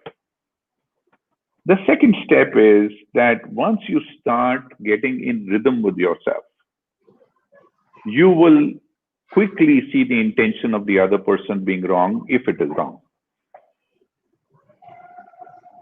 The inability of seeing the other person's intention being wrong is part of the fact that you are not in rhythm with yourself. And therefore, I would say that each one of you should introspect, meditate, think about in yourself in a quiet room for at least 15-20 minutes a day. And once you get into a rhythm with your body clock, then you would be able to get to your intention and others' intention very quickly. Okay. So one of the questions is like how to choose and lead members in a team. How do you choose the members? I think, it's like anything, you need to learn it. It is not a one-line answer. It is to learn it. And it goes back to the same set of questions which I said, that you need to learn what your intention is. You need to learn how to communicate. You need to learn how to inspire. The question you are asking, how to choose, is the wrong question. It's not the wrong question. It is the same question in terms of you should choose people whose intention is right. You should choose people who are inspired by you. You should choose people who wish to do something which others have not done before. And if you choose these, then you will get the right person. Don't choose for the skill, choose for the attitude. Great. So choose for the attitude is the great message to take away from here. The next question is being asked how can we communicate and make others work with us for the same intention? I think we've already answered that. Also, is Rotary and Ravi Bajaj who's asking, suggest some good books on leadership. Read my book, Employees First, Customer Second. I don't think books will help you. I think, there are great people with great tweets. Get onto LinkedIn, get onto Facebook, follow people. Good ideas come in small bites. They don't come in form of books. Yes. So even at Rotary, probably, Mr. Vinit, now we believe that we have to work with our members who ultimately will work with the beneficiaries. So if you keep your members' happiness, their integrity, their intentions right, then everything else will fall in place. So it aligns with your book, which says that employees first, customer second. So at Rotary, it is members first, beneficiaries second, because if members are happy, beneficiaries will definitely be happy as a result. Yes. So how to lead during uncertain times like present is the question from Ravindra Ulangwar. I think this is an important question in terms of when there is uncertainty, when there is doubt. Do you press the brake or do you press the accelerator? I would say a diamond cutter gets very excited when he sees rough diamond. A diamond cutter never goes into a shop which has polished diamonds. A potter gets very excited when he sees dirty clay. So when there is an adversity, when there is a problem, a leader gets excited because this is an opportunity for you to lead in adversity. When everything is going fine, even a donkey can lead. But only once things are not going fine, you need skills, you need capability, you need the best of the best to lead. And that is the reason why is Dhoni famous. Dhoni is famous because he will get you out of a difficult situation. He's not famous because he will get you out of a easy situation. So therefore, the first thing in leading in such corona times or adverse time is to understand this is a great opportunity for leaders like you to stand up and be counted, and therefore don't let this opportunity go. Don't wait. Just jump into the pool and start swimming. The second is any situation which is adverse, the only way to come out of the situation is through disruptive, innovative idea. So once you look at disruptive, innovative idea, you would be able to get out of the situation. So as long as you are ready for a fight and come up with an idea which is unique and different and an answer to a different question being asked, I think you will win. But these are exciting times for leaders. Correct. So I think Riddhi, our MOC, almost had a question which is similar. There are many ups and downs in the current world. How to not let it affect our work as we have people who look up to us as leaders, and how to lead. So probably we just Answered it. answer that. Yes. So there is another question from Mukund Ram, who's asking, do you think taking courses on leadership will be of any help to us? Unless it is, so I've done my MBA and I teach at one of the top universities in the world. I teach innovation in US in an MBA school, which is #1 in the world. I would say you learn more from each other rather than you learn from your professor. So if you truly wish to learn about leadership and that is critical for you and you want to be a leader, try and enroll into a longish program, like a 2-year MBA program, if that's what you wish to do. Other than that, leadership is about being aware, and leadership is about doing the things. Learn by doing. If you learn by doing, you'll be okay. It's not necessarily to. I don't have great respect for short-term courses and courses that promise you a lot.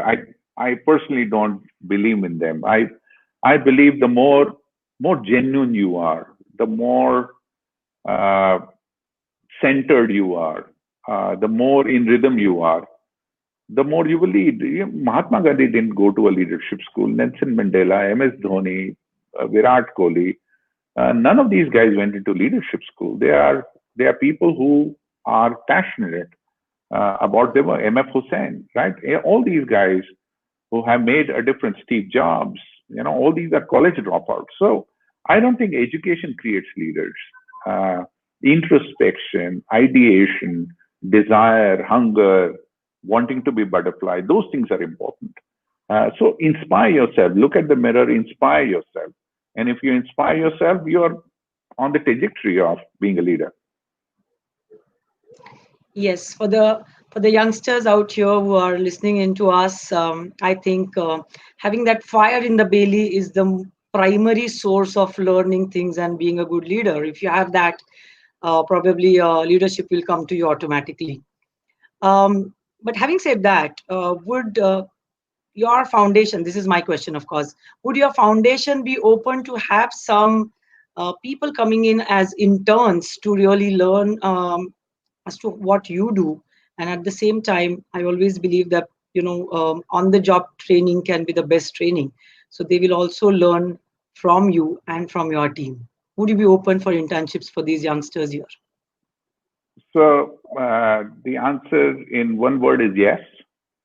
But let me explain to you what I seek. We work in 6 states: Himachal, Haryana, Uttarakhand, UP, Chhattisgarh, and Jharkhand. We do not work in cities, we work in villages. We work in, as I told you, 90,000 schools. So if you wish to volunteer, I have a lot of work. But you have to ask yourself, what will you get out of volunteering? If you are not willing to roll with the rough and tumble of Indian rural, then you're wasting your time. But if you wish to roll with the rough and tumble, or engage with innovation, or engage with the real India, yes, there is enough opportunities for volunteers at Sampark Foundation. And not just volunteers, because you will make a huge difference in the lives of people who are left behind, but also you will make a huge difference to yourself. But you must understand, going to people who are grossly disadvantaged is not a convenient thing to do. It is an inconvenient thing to do. So if in any of these states you wish to volunteer, by walking to the remotest parts of these places and making a difference in the lives of children who have almost given up on this country, yes, there are opportunities. Great. So that's really nice of you to have offered the opportunities. Also, I would like to know, how do we take the work that Sampark Foundation is doing to Maharashtra, or probably to at least to Pune and the Raigad district, where Rotary District 3131 is, through Rotary? Is there any opportunity for Rotary to probably join hands with Sampark Foundation? I think yes. Number one, decide that you want to do it. Number two, write to me. You already have my email ID, and we will enable you to implement this across Maharashtra, or across wherever you wish to do. Sampark Foundation is committed to enabling groups of people to leverage whatever we have free of cost and implement it to bring about a change in the society in which they are working. So by all means, everything which Sampark is doing is available free of cost to you, as long as your intention is correct, right? It is very important for your intention to be right. I cannot say it again and again. If your intention is not to get into the press, but to impact the individual who is feeling disadvantaged, I'm 100% with you, and will be very happy to collaborate with you guys to take it to the district or the entire Maharashtra. So let me assure you, from 5,200 Rotarians that we are today, that our intentions are absolutely bang on, and I can see some synergies, possibility and opportunities of synergies happening between us and you, and everybody out here is doing his or her best to give back to the society with the right intentions. With that, I think I'll just ask last question, which has come right now. If during leadership, if someone tries to dominate on us, then how to handle the situation by taking rights in our hands? Right. So I just wrote a post on the bullies. If you go to my LinkedIn or Facebook or Twitter, I wrote about bullies, what I call the bully leader. How do you handle a bully leader? You handle the bully leader by first standing on your ground and saying you're not going to back down. Number two, choosing a battle, not what the bully leader wants, but a different battle, which is what Mahatma Gandhi did, which is what everybody did, right? They choose a different battle. So fight the bully leader not on the battle he wants to fight or she wants to fight, but fight them on a different battle. Number three, you must understand, in the end, you have to throw the punch. And for that, you need strength, and you need capability, and you need a skill. And therefore, whenever you get bullied, invest in yourself. Invest in yourself, build your confidence, build a skill, so that when you throw the punch, the bully, lies flat on the ground.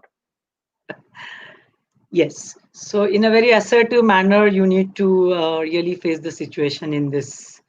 Thank you very much, Mr. Vineet, and it's been a great honor to have you speak to the youngsters of RID 3131 and many other districts from across the world. Let me tell you, there are youngsters from almost 30 countries watching and listening to you, and I'm sure many of them will get hugely inspired by your words today.